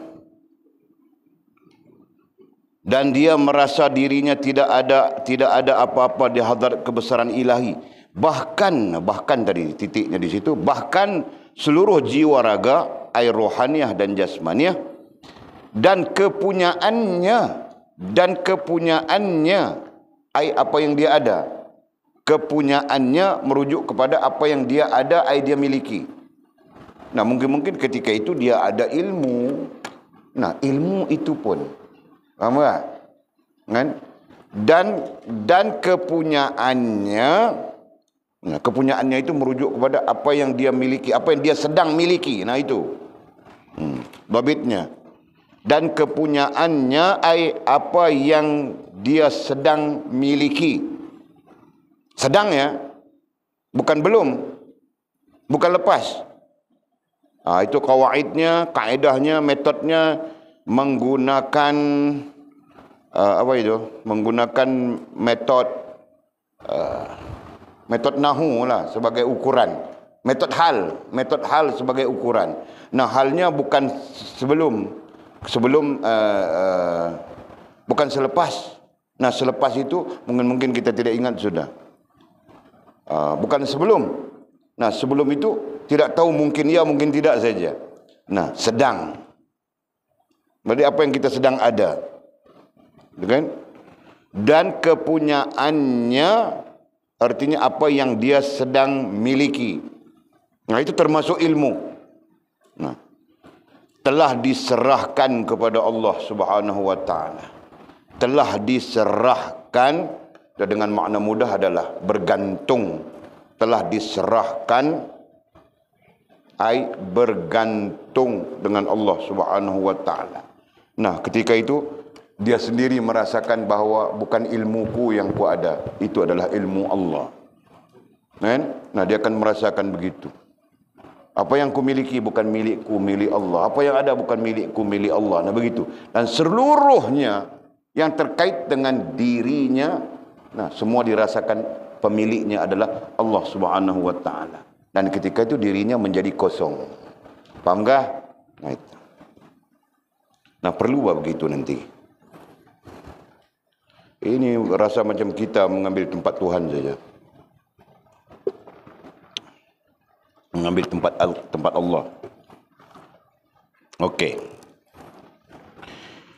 Kemudian lanjut. Bagaimana pula orang seperti ini diberi ganjaran? Nah, kalau sudah seperti itu orangnya, merujuk pertanyaan tadi. Kalau sudah orang yang sempurna hubungan dengan Allah seperti itu keadaannya, bagaimana pula orang seperti ini diberi ganjaran? Bagaimana Allah memberi dia ganjaran? Sedangkan dia tidak meminta apa-apa, menginginkan apa-apa pun. Nah, Walid bilang awal kamu orang tadi, orang yang sempurna hubungan dengan Allah Subhanahu wa taala, dia tidak menginginkan apapun melainkan untuk terus sempurna hubungan dengan Allah. Ya kan? Orang yang sempurna hubungan dengan Allah, nah, seluruh jiwa raganya dihubungkan dengan Allah. Nah, orang yang seperti kita yang sempurnanya tidak, dan belum tentu apa. Nah, ini yang kita mau isi macam-macam di dalam diri kita. Kan?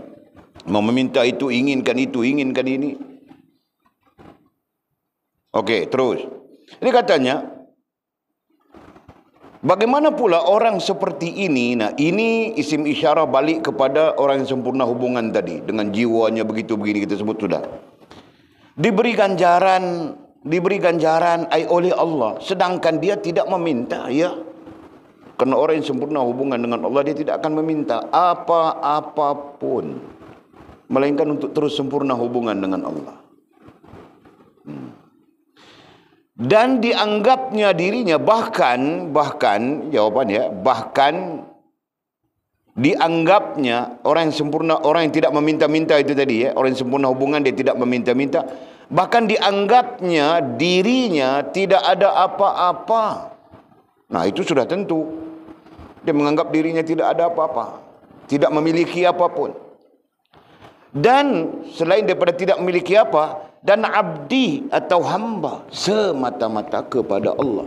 Nah, itu rasa dan perasaan orang-orang yang mencapai sempurna hubungan dengan Allah Subhanahu wa ta'ala, atau kita sebut para ahlillah.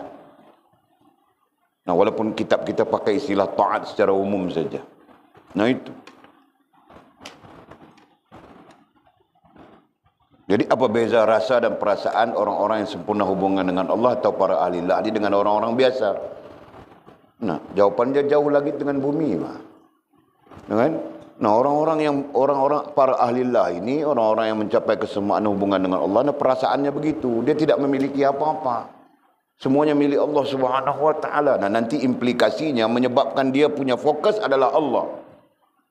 Dia menjaga hubungannya dengan Allah Subhanahu wa ta'ala. Itu implikasinya.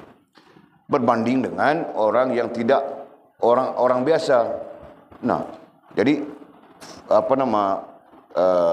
dia merasakan apa yang dia ada itulah miliknya, begitu kan? Sampai-sampai dia dipengaruhi oleh makhluk yang lain termasuk manusia, benda, perkara, hal dan sebagainya. Nah, nantinya dia akan bertuhankan kepada makhluk itu. Faham tak? Nah, Ulid semalam pagi tadi Ulid tengok satu video, benar atau tidak itu Ulid tidak peduli. Tengok saja, tapi pelajarannya ada di sana. Nah, wujud sudah orang-orang yang mengakui ilmu manusia lebih hebat daripada ilmu Tuhan, ilmu Allah Subhanahu wa ta'ala. Nah, wujud sudah. Nah, ketika orang ini bilang, nah, mana ada ilmu lebih hebat daripada ilmu Allah? Yang hebat itu adalah ilmu Allah. Dia bilang, tidak ada. Dia bilang, ilmu Allah itu tidak ada. Yang ada hanyalah ilmu manusia yang tetap lebih hebat daripada ilmu Tuhan apapun, bilangnya. Nah, berarti dia Allah tidak percaya langsung. Dia percaya Tuhan. Faham tak? Nah, jadi itu contoh. Jelas? Nah, kita takut itu. Kita takut kita berada di posisi orang yang tidak menghubungkan diri dengan Allah, ataupun posisi-posisi biasa seperti mana orang awam ini, kita katakan begitu. Nah, ya, makhluk boleh membawa kita, boleh mempengaruhi kita, dan kita rusak hubungan dengan Allah SWT. Itu yang kita bimbangi. Faham tak? Nah, di sana menuntut kita belajar sehingga kita paham hal ini dan keluar daripada situasi itu. Begitu. Nah, tengok lagi. Jadi keseluruhannya merujuk kepada persoalan saja. Persoalan kita sebutkan tadi. Nah, kalau orang itu sempurna sudah hubungan dengan Allah, dia menikmati hubungan yang sempurna dengan Allah. Nah, dia tidak perlu lagi kepada ganjaran-ganjaran. Kenapa Allah memberi dia ganjaran? Nah, ini jawabannya sekarang. Jika kamu berkata demikian, jawabnya memang kamu berkata benar. Nah, maksudnya apa? Jika kamu berkata, apalagi perlu ganjaran kepada orang yang sempurna hubungan dengan Allah Subhanahu wa ta'ala. Kerana sempurna hubungan dengan Allah Subhanahu wa ta'ala itu meliputi semua ganjaran yang ada. Jadi apalagi dia perlu kepada ganjaran? Atau kenapa Allah memberi dia ganjaran? Nah, jika kamu berkata demikian, jawabnya memang kamu berkata benar. Betul bah perkataan kita itu. Untuk apa lagi ganjaran kepada orang yang sempurna hubungan dengan Allah? Untuk apa Allah memberi dia ganjaran sedangkan dia sudah sempurna hubungan dengan Allah? Jadi jawapannya apa? Tetapi Allah hendak melimpahi barakah. Nah, ingat itu. Ganjaran tetap diberikan oleh Allah Subhanahu wa ta'ala ketika hidup di dunia ini bagi mereka-mereka yang berusaha untuk sempurna hubungan dengan Allah Subhanahu wa ta'ala. Nah, bukan di akhirat saja, bukan di hari akhirat saja. Nah, untuk orang-orang yang bersungguh-sungguh berusaha untuk menyempurnakan hubungan dirinya dengan Allah Subhanahu wa taala. Nah, tidak kira di manapun, di sini atau kau pulang nanti kau bekerja begitu begini. Nah, kau berkembang biak sampai anak kau 20, 30 orang, seorang-seorang beranak. Nah, kau tetap perlu untuk apa ya? Menyempurnakan hubungan dengan Allah Subhanahu wa taala. Nah, itu mesejnya. Faham tak? Nah, kenapa tadi kita belajar sudah? Nah, akhirat satu hal. Nah, supaya di dunia ini, pada kehidupan dunia ya, tetapi Allah hendak melimpahi berkat. Nah, ganjaran itu diberikan kerana Allah mau melimpahi, melimpahkan berkah. Jadi sebab itu, sama ada kita dalam keadaan sempurna hubungan dengan Allah Subhanahu wa taala. Nah, Allah masih memberikan ganjaran di dunia ini. Nah, buktinya kita mendengar cerita para aulia, para wali Allah Subhanahu wa taala. Nah, itu sebahagian daripada ganjaran ketika di dunia. Nah, hakikatnya kenapa Allah memberi ganjaran ketika di dunia sedangkan di akhirat nanti ganjarannya sangat bagus, sangat besar, sangat bagus. Nah, ini jawapannya. Allah hendak melimpahi barakah. Nah, jadi ganjaran Allah berikan di dunia ini antara lain adalah kerana Allah mau melimpahkan berkah. Berkah berkat. Nah, yang dinamakan berkah, yang dinamakan berkat. Berkat itu apa? Berkah itu apa? Berkah itu adalah sesuatu yang akan ringkasnya apa? Sesuatu yang akan menghubungkan kita dengan Allah Subhanahu wa taala. Nah, itu berkah. Nah, jika makanmu berkah, makan itu akan menghubungkanmu dengan Allah. Jika bergaul itu berkah, maka bergaul itu akan menghubungkanmu dengan Allah Subhanahu wa taala. Faham kah? Nah, jika pelajaran mengajimu itu berkah, nah mengajimu akan menghubungkanmu dengan Allah Subhanahu wa taala. Begitulah kias selanjutnya. Nah, jangan bilang makan durian curi itu berkah mangkil. Nah, kerana berkah itu berdiri teguh dengan syariat Allah Subhanahu wa taala. Yang wajib, yang sunat, yang makruh, yang haram, yang mubah. Nah, barakah berdiri teguh di situ.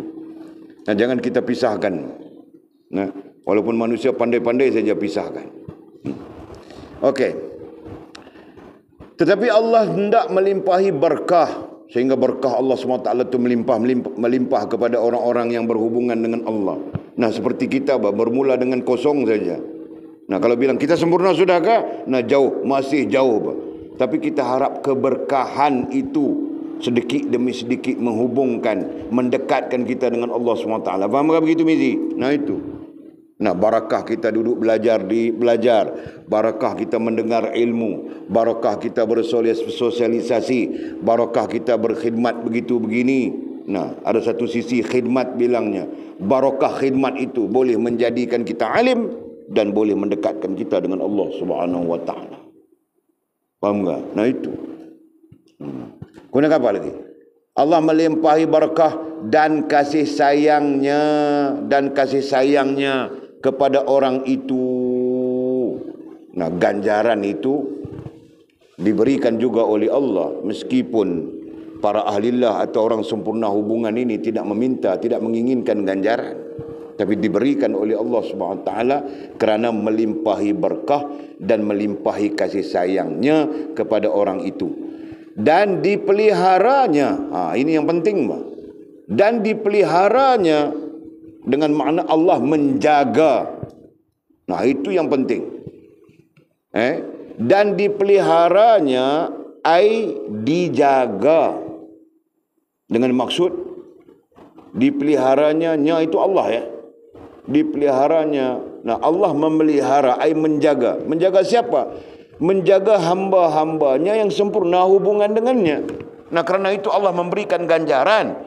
Melalui ganjaran itu Allah menjaga hamba-hambanya. Nah, Walid, kami di satu posisi merasakan hal ini. Nah, Allah menjaga kami. Nah, Walid tidak salah, tidak ekstrim ya Walid sebut begitu. Nah, kalau Allah tidak menjaga kami, nah Walid tidak ada dengan kamu orang, Pak. Pak Haji Nafiah pun tidak ada dengan kita, Pak. Kami mungkin ada di Laut Andaman sekarang. Naik kapal baru Walid, Pak. 1.7 juta. Faham tak? Nah, Allah pelihara kami. Allah menjaga kami daripada hal-hal yang lara. Dan Allah letakkan dalam perasaan kami. Tanya Pak Haji, Allah letak dalam perasaan dia, ini semua lara, pergilah, kami tidak mau sudah. Allah letakkan dalam perasaan Walid, ini lara lah, kami tidak mau sudah. Nah, kalau kami mau, kamu orang ya tidak boleh, kerana kamu orang tiada duit. Kamu orang semua papa semuanya. Kami boleh, Pak. Karena kami duit bersusun begitu. Tahu tak? Nah, kami mau pergi mana? Boleh. Tapi Allah cabut perasaan itu, rasa itu dari hati kami. Faham tak? Nah, itu cara Allah menjaga. Faham dan tahu? Nah, tinggal kamu orang saja. Allah cabut ke tidak cabut, Walid pun tidak tahu. Walid doa saja, ya Allah cabutlah seronok remaja gila babi remaja ini dalam diri kamu orang, ya Allah cabutlah. Nah, Walid doa begitu. Mau dengar kau Walid doa macam mana? Ya Allah, ya Tuhanku, cabutlah gila babi remaja dalam diri dia orang ni, supaya dia orang boleh belajar dengan bagus. Nah, aku doa begitu, bagi gila babi aku sebut. Tahukah berapa ramai remaja gila babi semua? Tidak gila babi kah? Lampu hijau saja diangkat tayar di depan itu. Bukan gila babi kah itu? Jenis itu semua gila babi, Pak. Mau bilang apa? Kita pun terkejut. Dia tepi kita. Tunggu saja lampu traffic light itu dari merah mau ke hijau. Nah, hijau saja pung depan-depan kita angkat tayar. Nah, kau mau bilang Pak Mizi? Gila babi, Pak. Nah, kita pun, jatuh depanku, aku mau langgar kasih pecah perut. Nah, kita pun fikir begitu, Pak. Nah, aku doa, ya Allah cabutlah ini daripada kamu orang semua. Jangan ada rasa begitu, jangan ada rasa. Nah, gila babi kan? Nah, gila babi itu macam-macam. Nah, cabutlah rasa-rasa gila babi, perasaan-perasaan gila babi dalam diri kamu orang semua. Nah, aku doa begitu, Pak. Dalam diri Fas, dia mau jadi model, Pak. Cabut, Pak. Nah, sekarang tiada lagi rasa mau jadi model kan? Kan? Atul pun serupa juga. Sekarang kau tidak ada rasa lagi mau jadi pramugari kan? Nah, alhamdulillah. Kau mau jadi model kan?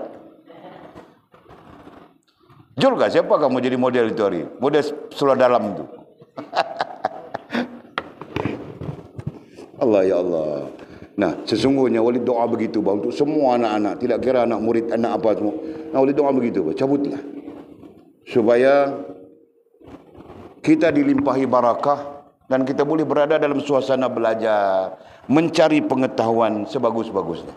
Nah, tidak dipengaruhi oleh rasa begitu, rasa begini, rasa mau dapat duit banyak, mau ada telefon baru. Nah, orang boleh ada, kenapa kita tidak boleh ada? Nah, itu perasaan-perasaan yang nantinya akan merusakkan kita dan menjauhkan kita dengan Allah Subhanahu wa taala. Okey.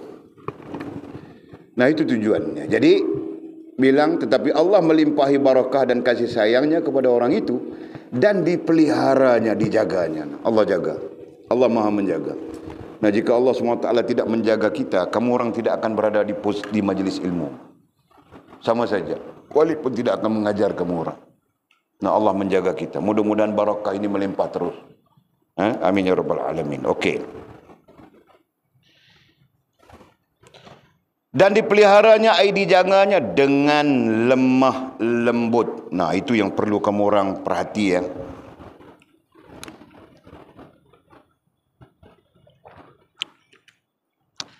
Dipelihara, dijaganya oleh Allah dengan lemah lembut dan penuh mesra dan redha. Nah, makin daripada dipeliharanya di situ sampai ke redha, makin perkataan itu. Nah, Walid mau gambarkan kepada kamu orang sesuatu yang kita perlu faham, kerana di sana ada perbezaan. Okey.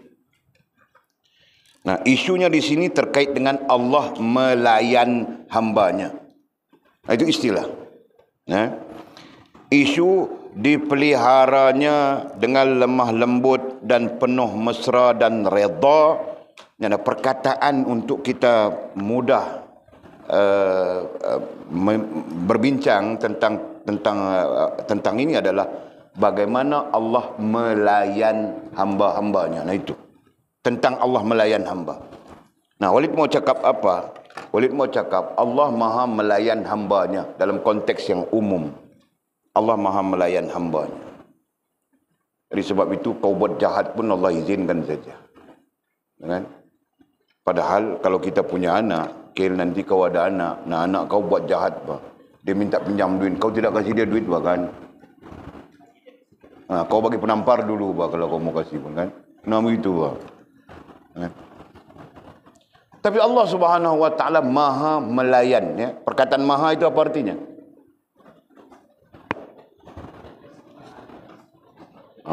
Tidak ada persamaan dan tidak ada perbandingan. Nah, itu maha. Nah, Walid gunakan istilah Allah maha melayan. Nah, berarti layanan Allah Subhanahu Wa Taala ke atas kita, hambanya, makhluknya, tidak ada perbandingan dan tidak ada persamaan dengan apapun. Itu satu. Dalam konteks yang umum. Nah, dalam konteks yang umum itu ada orang yang Allah melayannya secara khusus. Nah, bukan saja khusus, bah. Khusus itu sendiri dibagi kepada beberapa bagi. Okey? Nah, boleh contohkan begini.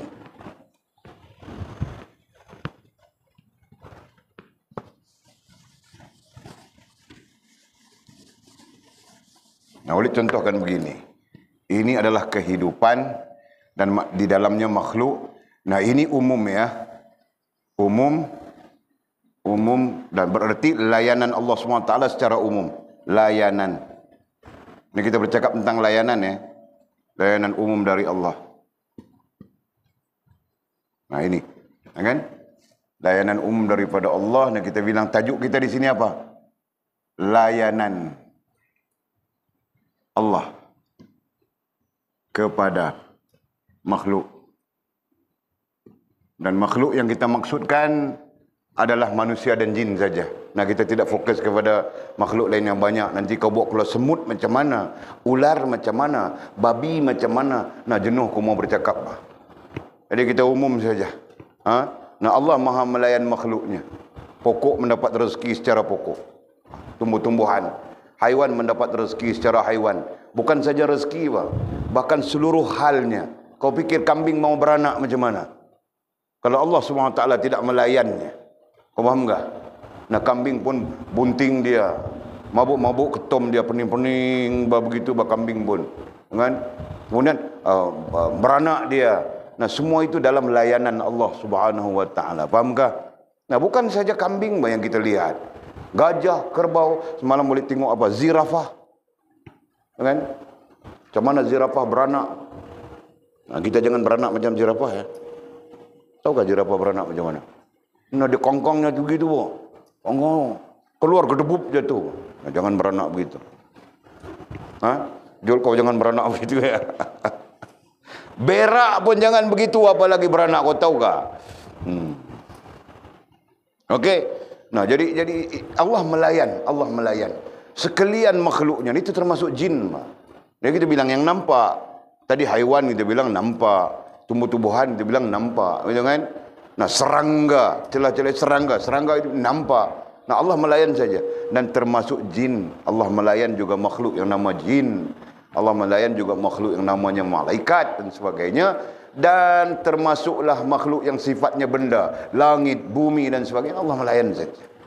Maha hebat Allah SWT. Cuma layanan umum dari Allah SWT. Nah, semua makhluk berada di bahagian ini. Nah, selepas bahagian ini, bahagian atas, nah ini layanan khusus ya. Layanan khusus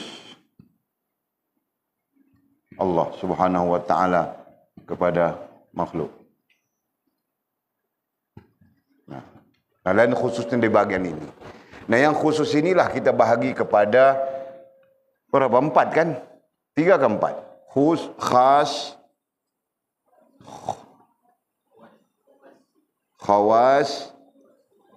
khawasul khawas. Nah, paling Ada ulama yang menyebut 4, bah, tapi kita pakai 3 saja. Khawasul khawas. Nah.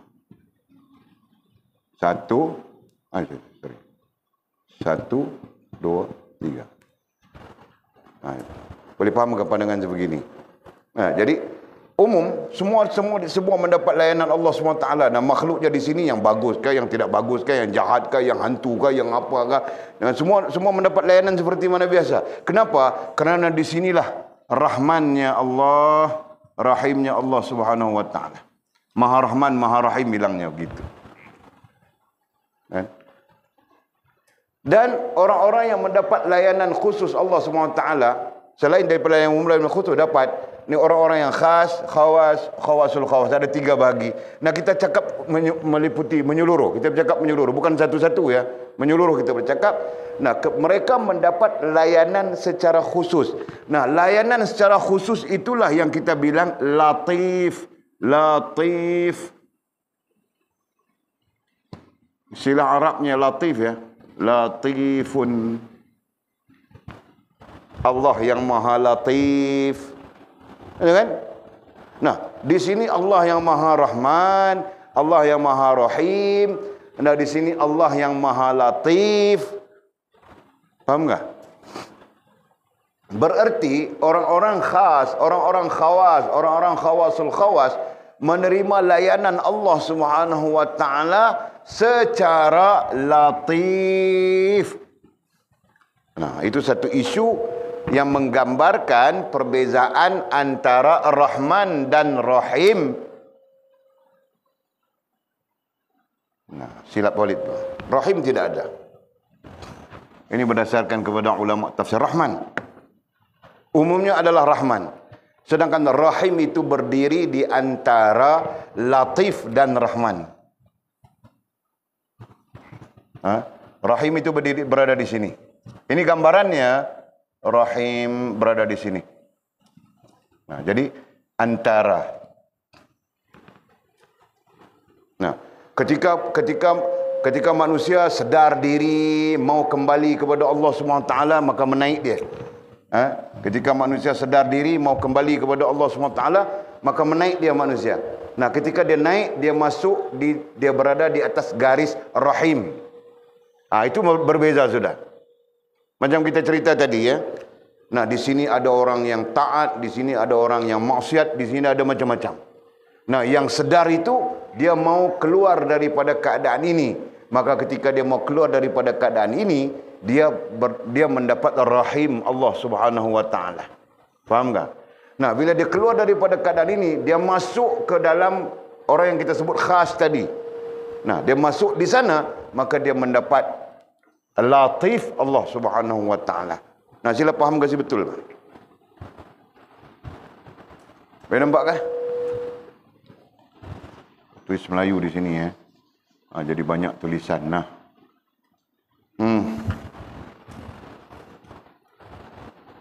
Faham?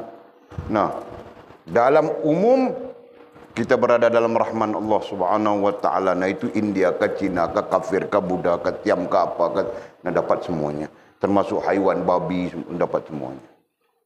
Nah, di sana ada yang sedar bah. Tiba-tiba ada manusia yang sedar diri, kita bilang itu.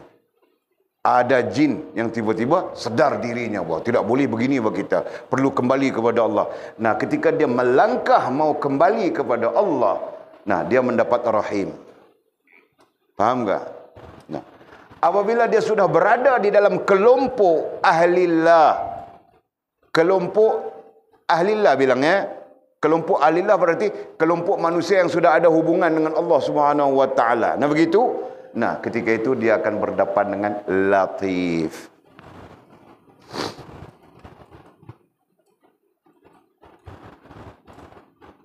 Boleh paham? Nah. Boleh paham tahu? Nah, sekarang sedikit ya kita bercakap tentang latif. Kerana perkataan itu ada di kitab kita sudah. Jadi katanya apa? Dan dipeliharanya. Nah, Allah jaga, itu umum. Allah menjaga, itu umum. Allah maha menjaga, itu umum. Nah, gitu kan? Okey. dengan lemah lembut. Nah, itu latif. Lemah lembut itu latif, latif, latif. Perkataan latif itu artinya maha lemah lembut. Ya latif, Allahu latif, itu lemah lembut. Allah maha lemah lembut. Nah, kan? Jadi lemah lembutnya bagaimana? Nah, kalau kita ambil manusia lemah lembutnya, yang datang jantan macam mau jadi perempuan itu lemah lembut kah itu? Geli kita kan, mangkil kan?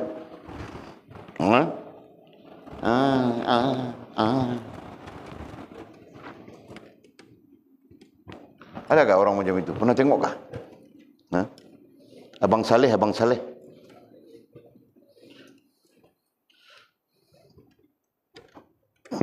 Dulu Walid takut Ekal jadi Abang Saleh, Pak.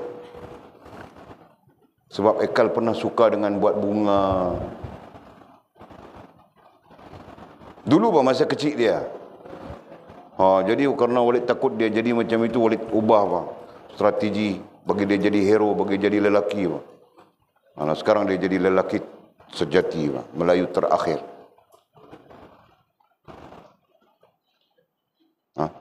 Tahu tak? Nah, ada juga Pak, kamu orang jangan jeling-jeling kami orang lelaki mau jadi perempuan buat apa? Yang perempuan mau jadi jantan itu buat apa? Nah, ramai juga Pak kamu orang yang perempuan mau jadi jantan kan? Rantau kan? Nah, perempuan dia mau jadi jantan saja. Tuh. Nah, ini semua penyakit kan? Nah, penyakit. Okey. Jadi, yang kita maksudkan lemah lembut Allah Subhanahu wa taala ialah, nah, faham betul-betul ya. Sama saja dengan kita faham lemah lembut dalam satu keadaan. Nah, Allah menegur kita. Kita bersalah, kita tersalah. Nah, Allah menegur kita dengan sakit gigi. Tidak cukup lembutkah? Kita bersalah, kita berdosa. Allah menegur kita dengan sakit kepala. Nah, tidak cukup lembutkah? Betul kan? Allah menegur kita dengan kudi sikit lah. Itu yang jadi mizi, mau butak sudah kepalanya. Nah. Allah tegur kita dengan kasih demam sikit selsema saja misalnya. Nah, itu merupakan teguran-teguran lembut daripada Allah Subhanahu wa taala. Nah, ada orang yang Allah menegurnya dengan kasar. Kan? Nah, secara apa ya? Secara akalnya kasar. Ada orang pernah mengadu dengan Walid, dia menikah 3 hari, kemudian suaminya pergi hantar barang-barang kenduri, tahu tak? Dia orang bikin kenduri. Lepas tu suaminya hantar barang-barang kenduri. Pulang hantar barang kenduri, aksiden meninggal. Baru 3 hari saja. Menikah baru 3 hari saja. Itu pun belum. Kau tahu tak, orang Kedah ni menikah lain sikit. Tapi sama saja kan. Ini hari menikah, pulang rumah masing-masing. Nah, walaupun menikah sudah, tapi belum boleh bawa bini sama. Tahu tak itu? Nah, nanti besok pergi makan kenduri dulu sana. Nah, lepas tu baru bawa pulang bini. 3 hari lepas baru bawa pulang. Nah, keadaan macam itu, faham tak? Nah, si suami selepas kenduri daripada rumahnya, jadi selepas 2 hari ke 3 hari dia hantar barang-barang kenduri itu. Nah, pulangnya aksiden meninggal. Faham tak? Nah, istrinya trauma. Jadi satu masalah. Nah, Walid mengajak kamu orang faham ya. Walid melihat di sana ada teguran Allah Subhanahu wa taala sedikit kasar, Pak. Tidak boleh diletak, mungkin bukan latif di situ, ar-rahim di situ. Faham tak? Nah, kalau kita kaitkan dengan teguran, nah teguran itu bersifat rahim, bukan latif. Faham tak? Nah, ada teguran bersifat rahman lagi teruk. Teguran tapi bersifat rahman. Nah, kerana Allah sayang kepadamu, rahman itu sayang. Allah sayang padamu, ditegurmu. Teruk Pak. Kau sampai muflis kah? Kau jadi bankruptcy kah? Macam-macam jadi. Nah, yang rahim itu, nah Allah tegur begitu. Allah mengambil. Yang namanya suami pulang sudah ke rahmatullah. Nah, dia telefon bah, minta nasihat, minta pandangan. Walid tanya-tanya saja. Kan? Walid pujuk-pujuk, sabar-sabar, as a counselor. Nah, akhirnya dia membocorkan satu perkara besar dalam dirinya terkait dengan suaminya. Nah, perkara ini lah Walid bilang, boleh jadi Allah murka kepada kamu, tapi Allah dengan maha rahimnya bilang, dia menegur kamu sedikit saja. Dan alhamdulillah dengan hal itu dia bangkit semula menjadi orang yang betul. Jika tidak, kepala sengit sudah. Tahu tak? Jelas tak boleh cakap ini? Kamu orang boleh faham tak? Nah, berarti dalam hidup ini Allah boleh menegur kita. Dalam melayan kita ketika hidup ini, Allah boleh menegur dengan rahmannya. Jadi boleh saja kita sebut Rahman ini agak kasar. Boleh saja kita sebut dalam konteks kita. Faham tak? Rahim sedikit lembut, Latif sangat lembut. Jelas? Nah, itu bentuk Allah melayan kita dengan Rahman, Allah melayan kita dengan Rahim, Allah melayan kita dengan Latif. Melayan hamba-hambanya, tapi hamba-hambanya penuh kesombongan, tidak melihat Rahmannya Allah, tidak melihat Rahimnya Allah, apalagi melihat Latifnya Allah Subhanahu wa taala. Ya kan? Nah, penuh kesombongan dan sebagainya. Allahu a'lam. Nah, boleh fahamkah di situ? Okey, itulah maksud lemah lembut. Maksud lemah lembut Allah melayan kita. Padahal kita dosa sikit punya banyak lah. Macam-macam dosa ada. Nah, kalau dosa itu, kalau perlu, dosa itu boleh diistilahkan dengan apa? Boleh diistilahkan dengan sampah. Nah, dosa diri kita itu macam melungguk sampah di Semeling itu. Nah, kami ada tempat bakar sampah. Berapa hektar keluasannya. Busuk saja di situ. Nah, diri kita sebenarnya begitu. Tinggal Allah SWT menyembunyikan kebusukan-kebusukan itu. Nah, ditambah dengan kita pandai pakai minyak wangi, kan? Jadi wangi saja kita. Padahal sangat busuk bagi kita di sisi Allah SWT. Masya Allah, 45 sudah. Patut dilihat salah satu macam. Nah, kita berhenti pada situ. Biar saya habiskan ayat ni. Lemah lembut dan penuh mesra. Nah, itu bahagian daripada latif, ya. Penuh mesra dan redha. Nah, itu bahagian daripada latif. Nah, sebab itu Walid sebut cara Allah melayan hamba-hambanya. Nah, siapa-siapa yang sampai di posisi Allah melayan dengan latif, selamat dia. Faham tak? Nah, kenapa selamat? Nah, dia sakit gigi. Nah, latif itu menyebabkan dia melihat Allah Subhanahu wa taala. Ini ada dosa aku buat, berkata apa, salah ke. Sakit kepala, nah ada dosa aku buat begitu begini. Dia akan melihat dari sudut itu. Dengan latif Allah SWT. Nah, jika tidak dengan latif Allah SWT, mungkin di posisi Rahman saja, nah dia memberontak ketika itu. Nah, memberontak itulah yang memungkinkan dua hal. Sama ada kembali kepada Allah atau terus rusak di dalam kesesatan. Faham kah? Nah, kita bincang lagi nanti. Wallahu a'lamu bis-shawabi. Atau kama qal.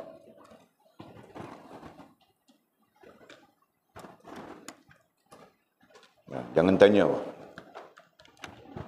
Nah, bukan jangan tanya kamu orang. Ada orang yang mau tanya, boleh bilang jangan tanya.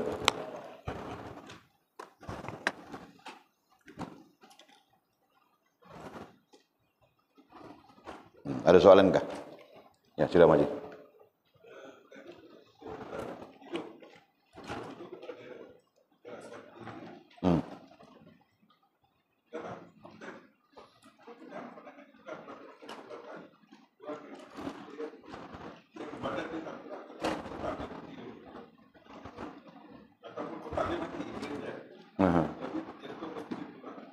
Itu berarti ada gerak dan diam dia lah.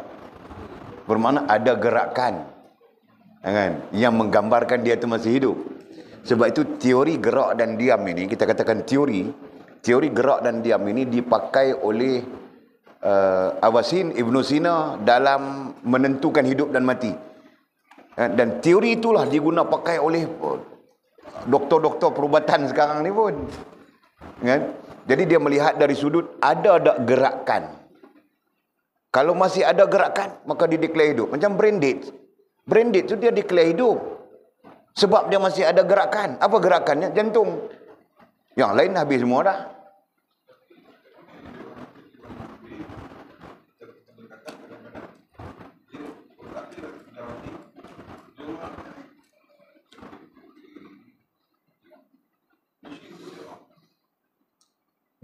Saya fahamlah, benda ni kita pernah alami kan. Kita pernah alami, saya fahamlah. Jadi macam mana mereka ambil pendekatan, sebenarnya itu adalah pendekatan perubatan lah. Dia memberi bantuan kepada jantung, pernafasan dan jantung. Jadi satu sisi bantuan inilah yang menyebabkan jantung nanti masih boleh bergerak, masih boleh mampu untuk bergerak, sedangkan brain dead, otak dah mati dah, kita katakan begitu. Maksud otak mati dalam keadaan itu adalah kegagalan berfungsi lah. Dia tak boleh berfungsi lagi dah. Kan? Okey, itu maksud dia. Sedangkan pada hakikatnya dia masih hidup. Dan masih hidup tu kerana ada gerakan. Walaupun gerakan itu berdasarkan bantuan ventilator mesin tu. Walaupun begitu. Itu. Jadi kemudian mereka buat keputusan. Doktor-doktor ni kadang-kadang mereka ialah mendahului Tuhan, kadang-kadang ada juga. Jadi kita buat keputusan lah. Keputusan kita berhentikan mesin. Bila berhentikan mesin, dia masih ada gerakan. Cuma dia lemah. Dan kelemahan itu tak mampu untuk support gerakan itu yang menyebabkan dia akhirnya berakhir di situ. Begitu ialah.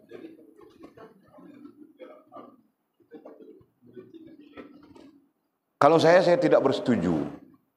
Sebab alat bantuan ini sama saja dengan keadaan-keadaan lain. Tongkat, orang patah kaki, nak berjalan tak boleh, kita bagi tongkat. Tongkat itu adalah alat bantuan. Dan tidak menjadi kesalahan apa-apa. Jadi mesin itu pun adalah alat bantuan. Tidak menjadi kesalahan apa-apa. Jadi ketika anak saya diminta oleh doktor untuk bersetuju tanda tangan nak stop ventilator mesin tu, saya kata jangan. Biarlah dia nak habis pun dia habis dengan sendirinya. Walaupun ada ventilator mesin tu. Jadi ventilator, kalau dia stop tu seperti makna memaksa untuk matilah, kita katakan begitu. Saya beritahu, dia kata kami dalam orang Islam tak ada benda ni. Memaksa untuk mati ni kami tak ada. Kan? Jadi biarlah. Kan? Macam itulah. Iya. Ikhtiar itu terus berjalan. Kan? Jadi kita memaksakan kematian adalah sesuatu yang tidak wajar dalam kita orang Islam.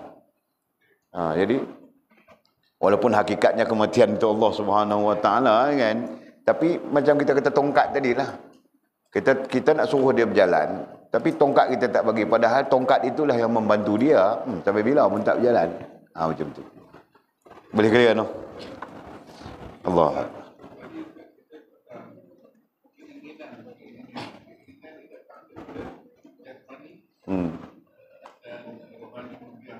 Ya. Keinginan rohani ada, tapi keinginan rohani tidak bersifat seperti mana keinginan jasmani. Keinginan rohaniah ini pada dasarnya dia cenderung secara bersih, suci bersih ni, dia cenderung untuk berhubungan dengan Allah Subhanahu Wa Taala. Itu pada dasarnya. Hanya sahaja kerana dia telah dikotori oleh macam-macam hal yang berdosa dan sebagainya, menyebabkan sens terhadap Allah itu hilang. Sens terhadap Allah itu hilang, sens terhadap agama itu hilang, bahkan sens terhadap diri dia sendiri untuk selamat daripada dosa, daripada apa semua pun hilang. Nah, ini yang menyebabkan dia lebih cenderung kepada keinginan jasmania. Ada begitu. Kan? Jadi dia melalui jasmania. Itu main sport rim. Contohlah, kan? Sport rim dia elok dah, tapi dia lalu kedai sport rim tengok, ini kalau pakai ni mesti masuk kampung daripada tabibnya. Dia terpengaruh dengan sport rim. Dia jadi jasmaniah semua tu. Ini dia terpengaruh dengan benda ni. Nanti dia terpengaruh benda tu. Termasuklah hal-hal yang lebih besar kemudaratan dia daripada hal yang kita sebut. Jadi, ya. Jadi bahasa mudah cakapnya, dia akan mengembangkan nafsu badaniah. Lebih senang nampak. Kan? Itu. Jadi nafsu badaniah ni sentiasa tidak puas. Itu tak puas, ini tak puas, itu tak puas, ini tak puas. Dia akan jadi begitu. Sebagian ulama mengatakan tanda buruknya rohaniahmu ialah dia akan berkembang di jasmaniahmu. Dan kau akan lihatnya di sana. Jadi seolah jasmaniah itu adalah cermin kepada rohaniah yang buruk. Itulah itulah. Dia mari kelakuannya macam. Kan? Tadi ada orang telefon saya memang orang buat. Okey. Suami sangkut dengan bini orang dulu lah. Saya kata dia, lah kak duk marah buat apa, duk berkeli buat apa, kak yang stres, lari bagi dia menikah, selamat supaya tak nak menikah macam mana ustaz, bini orang, baru kita terkejut. Kita duk recommend suruh menikah aja. Tak mau bagi dia semak kan. Padahal menikah pun semak macam tu juga, tapi kita nak cover, tak mau bagi sembang panjang. Ya abang kak bagi menikah, duk semak-semak buat apa. Ni jadi buruk dosa kita pun. Dia tak nak pergi menikah macam mana ustaz. Bini orang, no. Jadi masalah dia, suami dia sangkut dengan bini orang, no. Macam mana kita nak selesai masalah? Faham tak Makil? Jadi kusut hidup ni. Kenapa kusut hidup? Nah, itu adalah kemahuan jasmania sebenarnya. Rusak habis semua, kan? Kira rusaklah itu, bini orang rusaklah. Kalau bukan bini orang, dah boleh menikah. Kan Manggil? Nah, kita pun nanti kalau kau suka, kau jangan suka bini orang, bapak. Nah, kalau kau bilang kau suka janda kah, anak dara kah, nah, bila-bila masa saja kami datang Minang untuk kau. Nah, begitu. Nah, jangan bini orang mau Minang macam mana, Manggil, mau bawa lari kah? Jangan, wah. Okey. Clear? Bismillahirrahmanirrahim. Alhamdulillahirabbil alamin wassalatu wassalamu ala asyrafil mursalin. سيدنا ومولانا محمد وعلى آله وصحبه أجمعين. اللهم افتح لنا فتوح العارفين وارزقنا فهم النبيين واجعلنا من عبادك الصالحين. اللهم اهدنا صراطك المستقيم صراط الذين أنعم الله من النبيين والصديقين والشهداء والصالحين. اللهم ربنا افتح بيننا وبين قومنا بالحق وأنت خير الفاتحين. اللهم أعنا على ذكرك وشكرك وحسن عبادتك. اللهم فقهنا في الدين وعلمنا التأويل. اللهم فقهنا في الدين وعلمنا التأويل. اللهم فقهنا في الدين وعلمنا التأويل. وصلى الله على سيدنا محمد وعلى آله وصحبه وبارك وسلم. الحمد لله رب العالمين. تقبل الله منا ومنكم.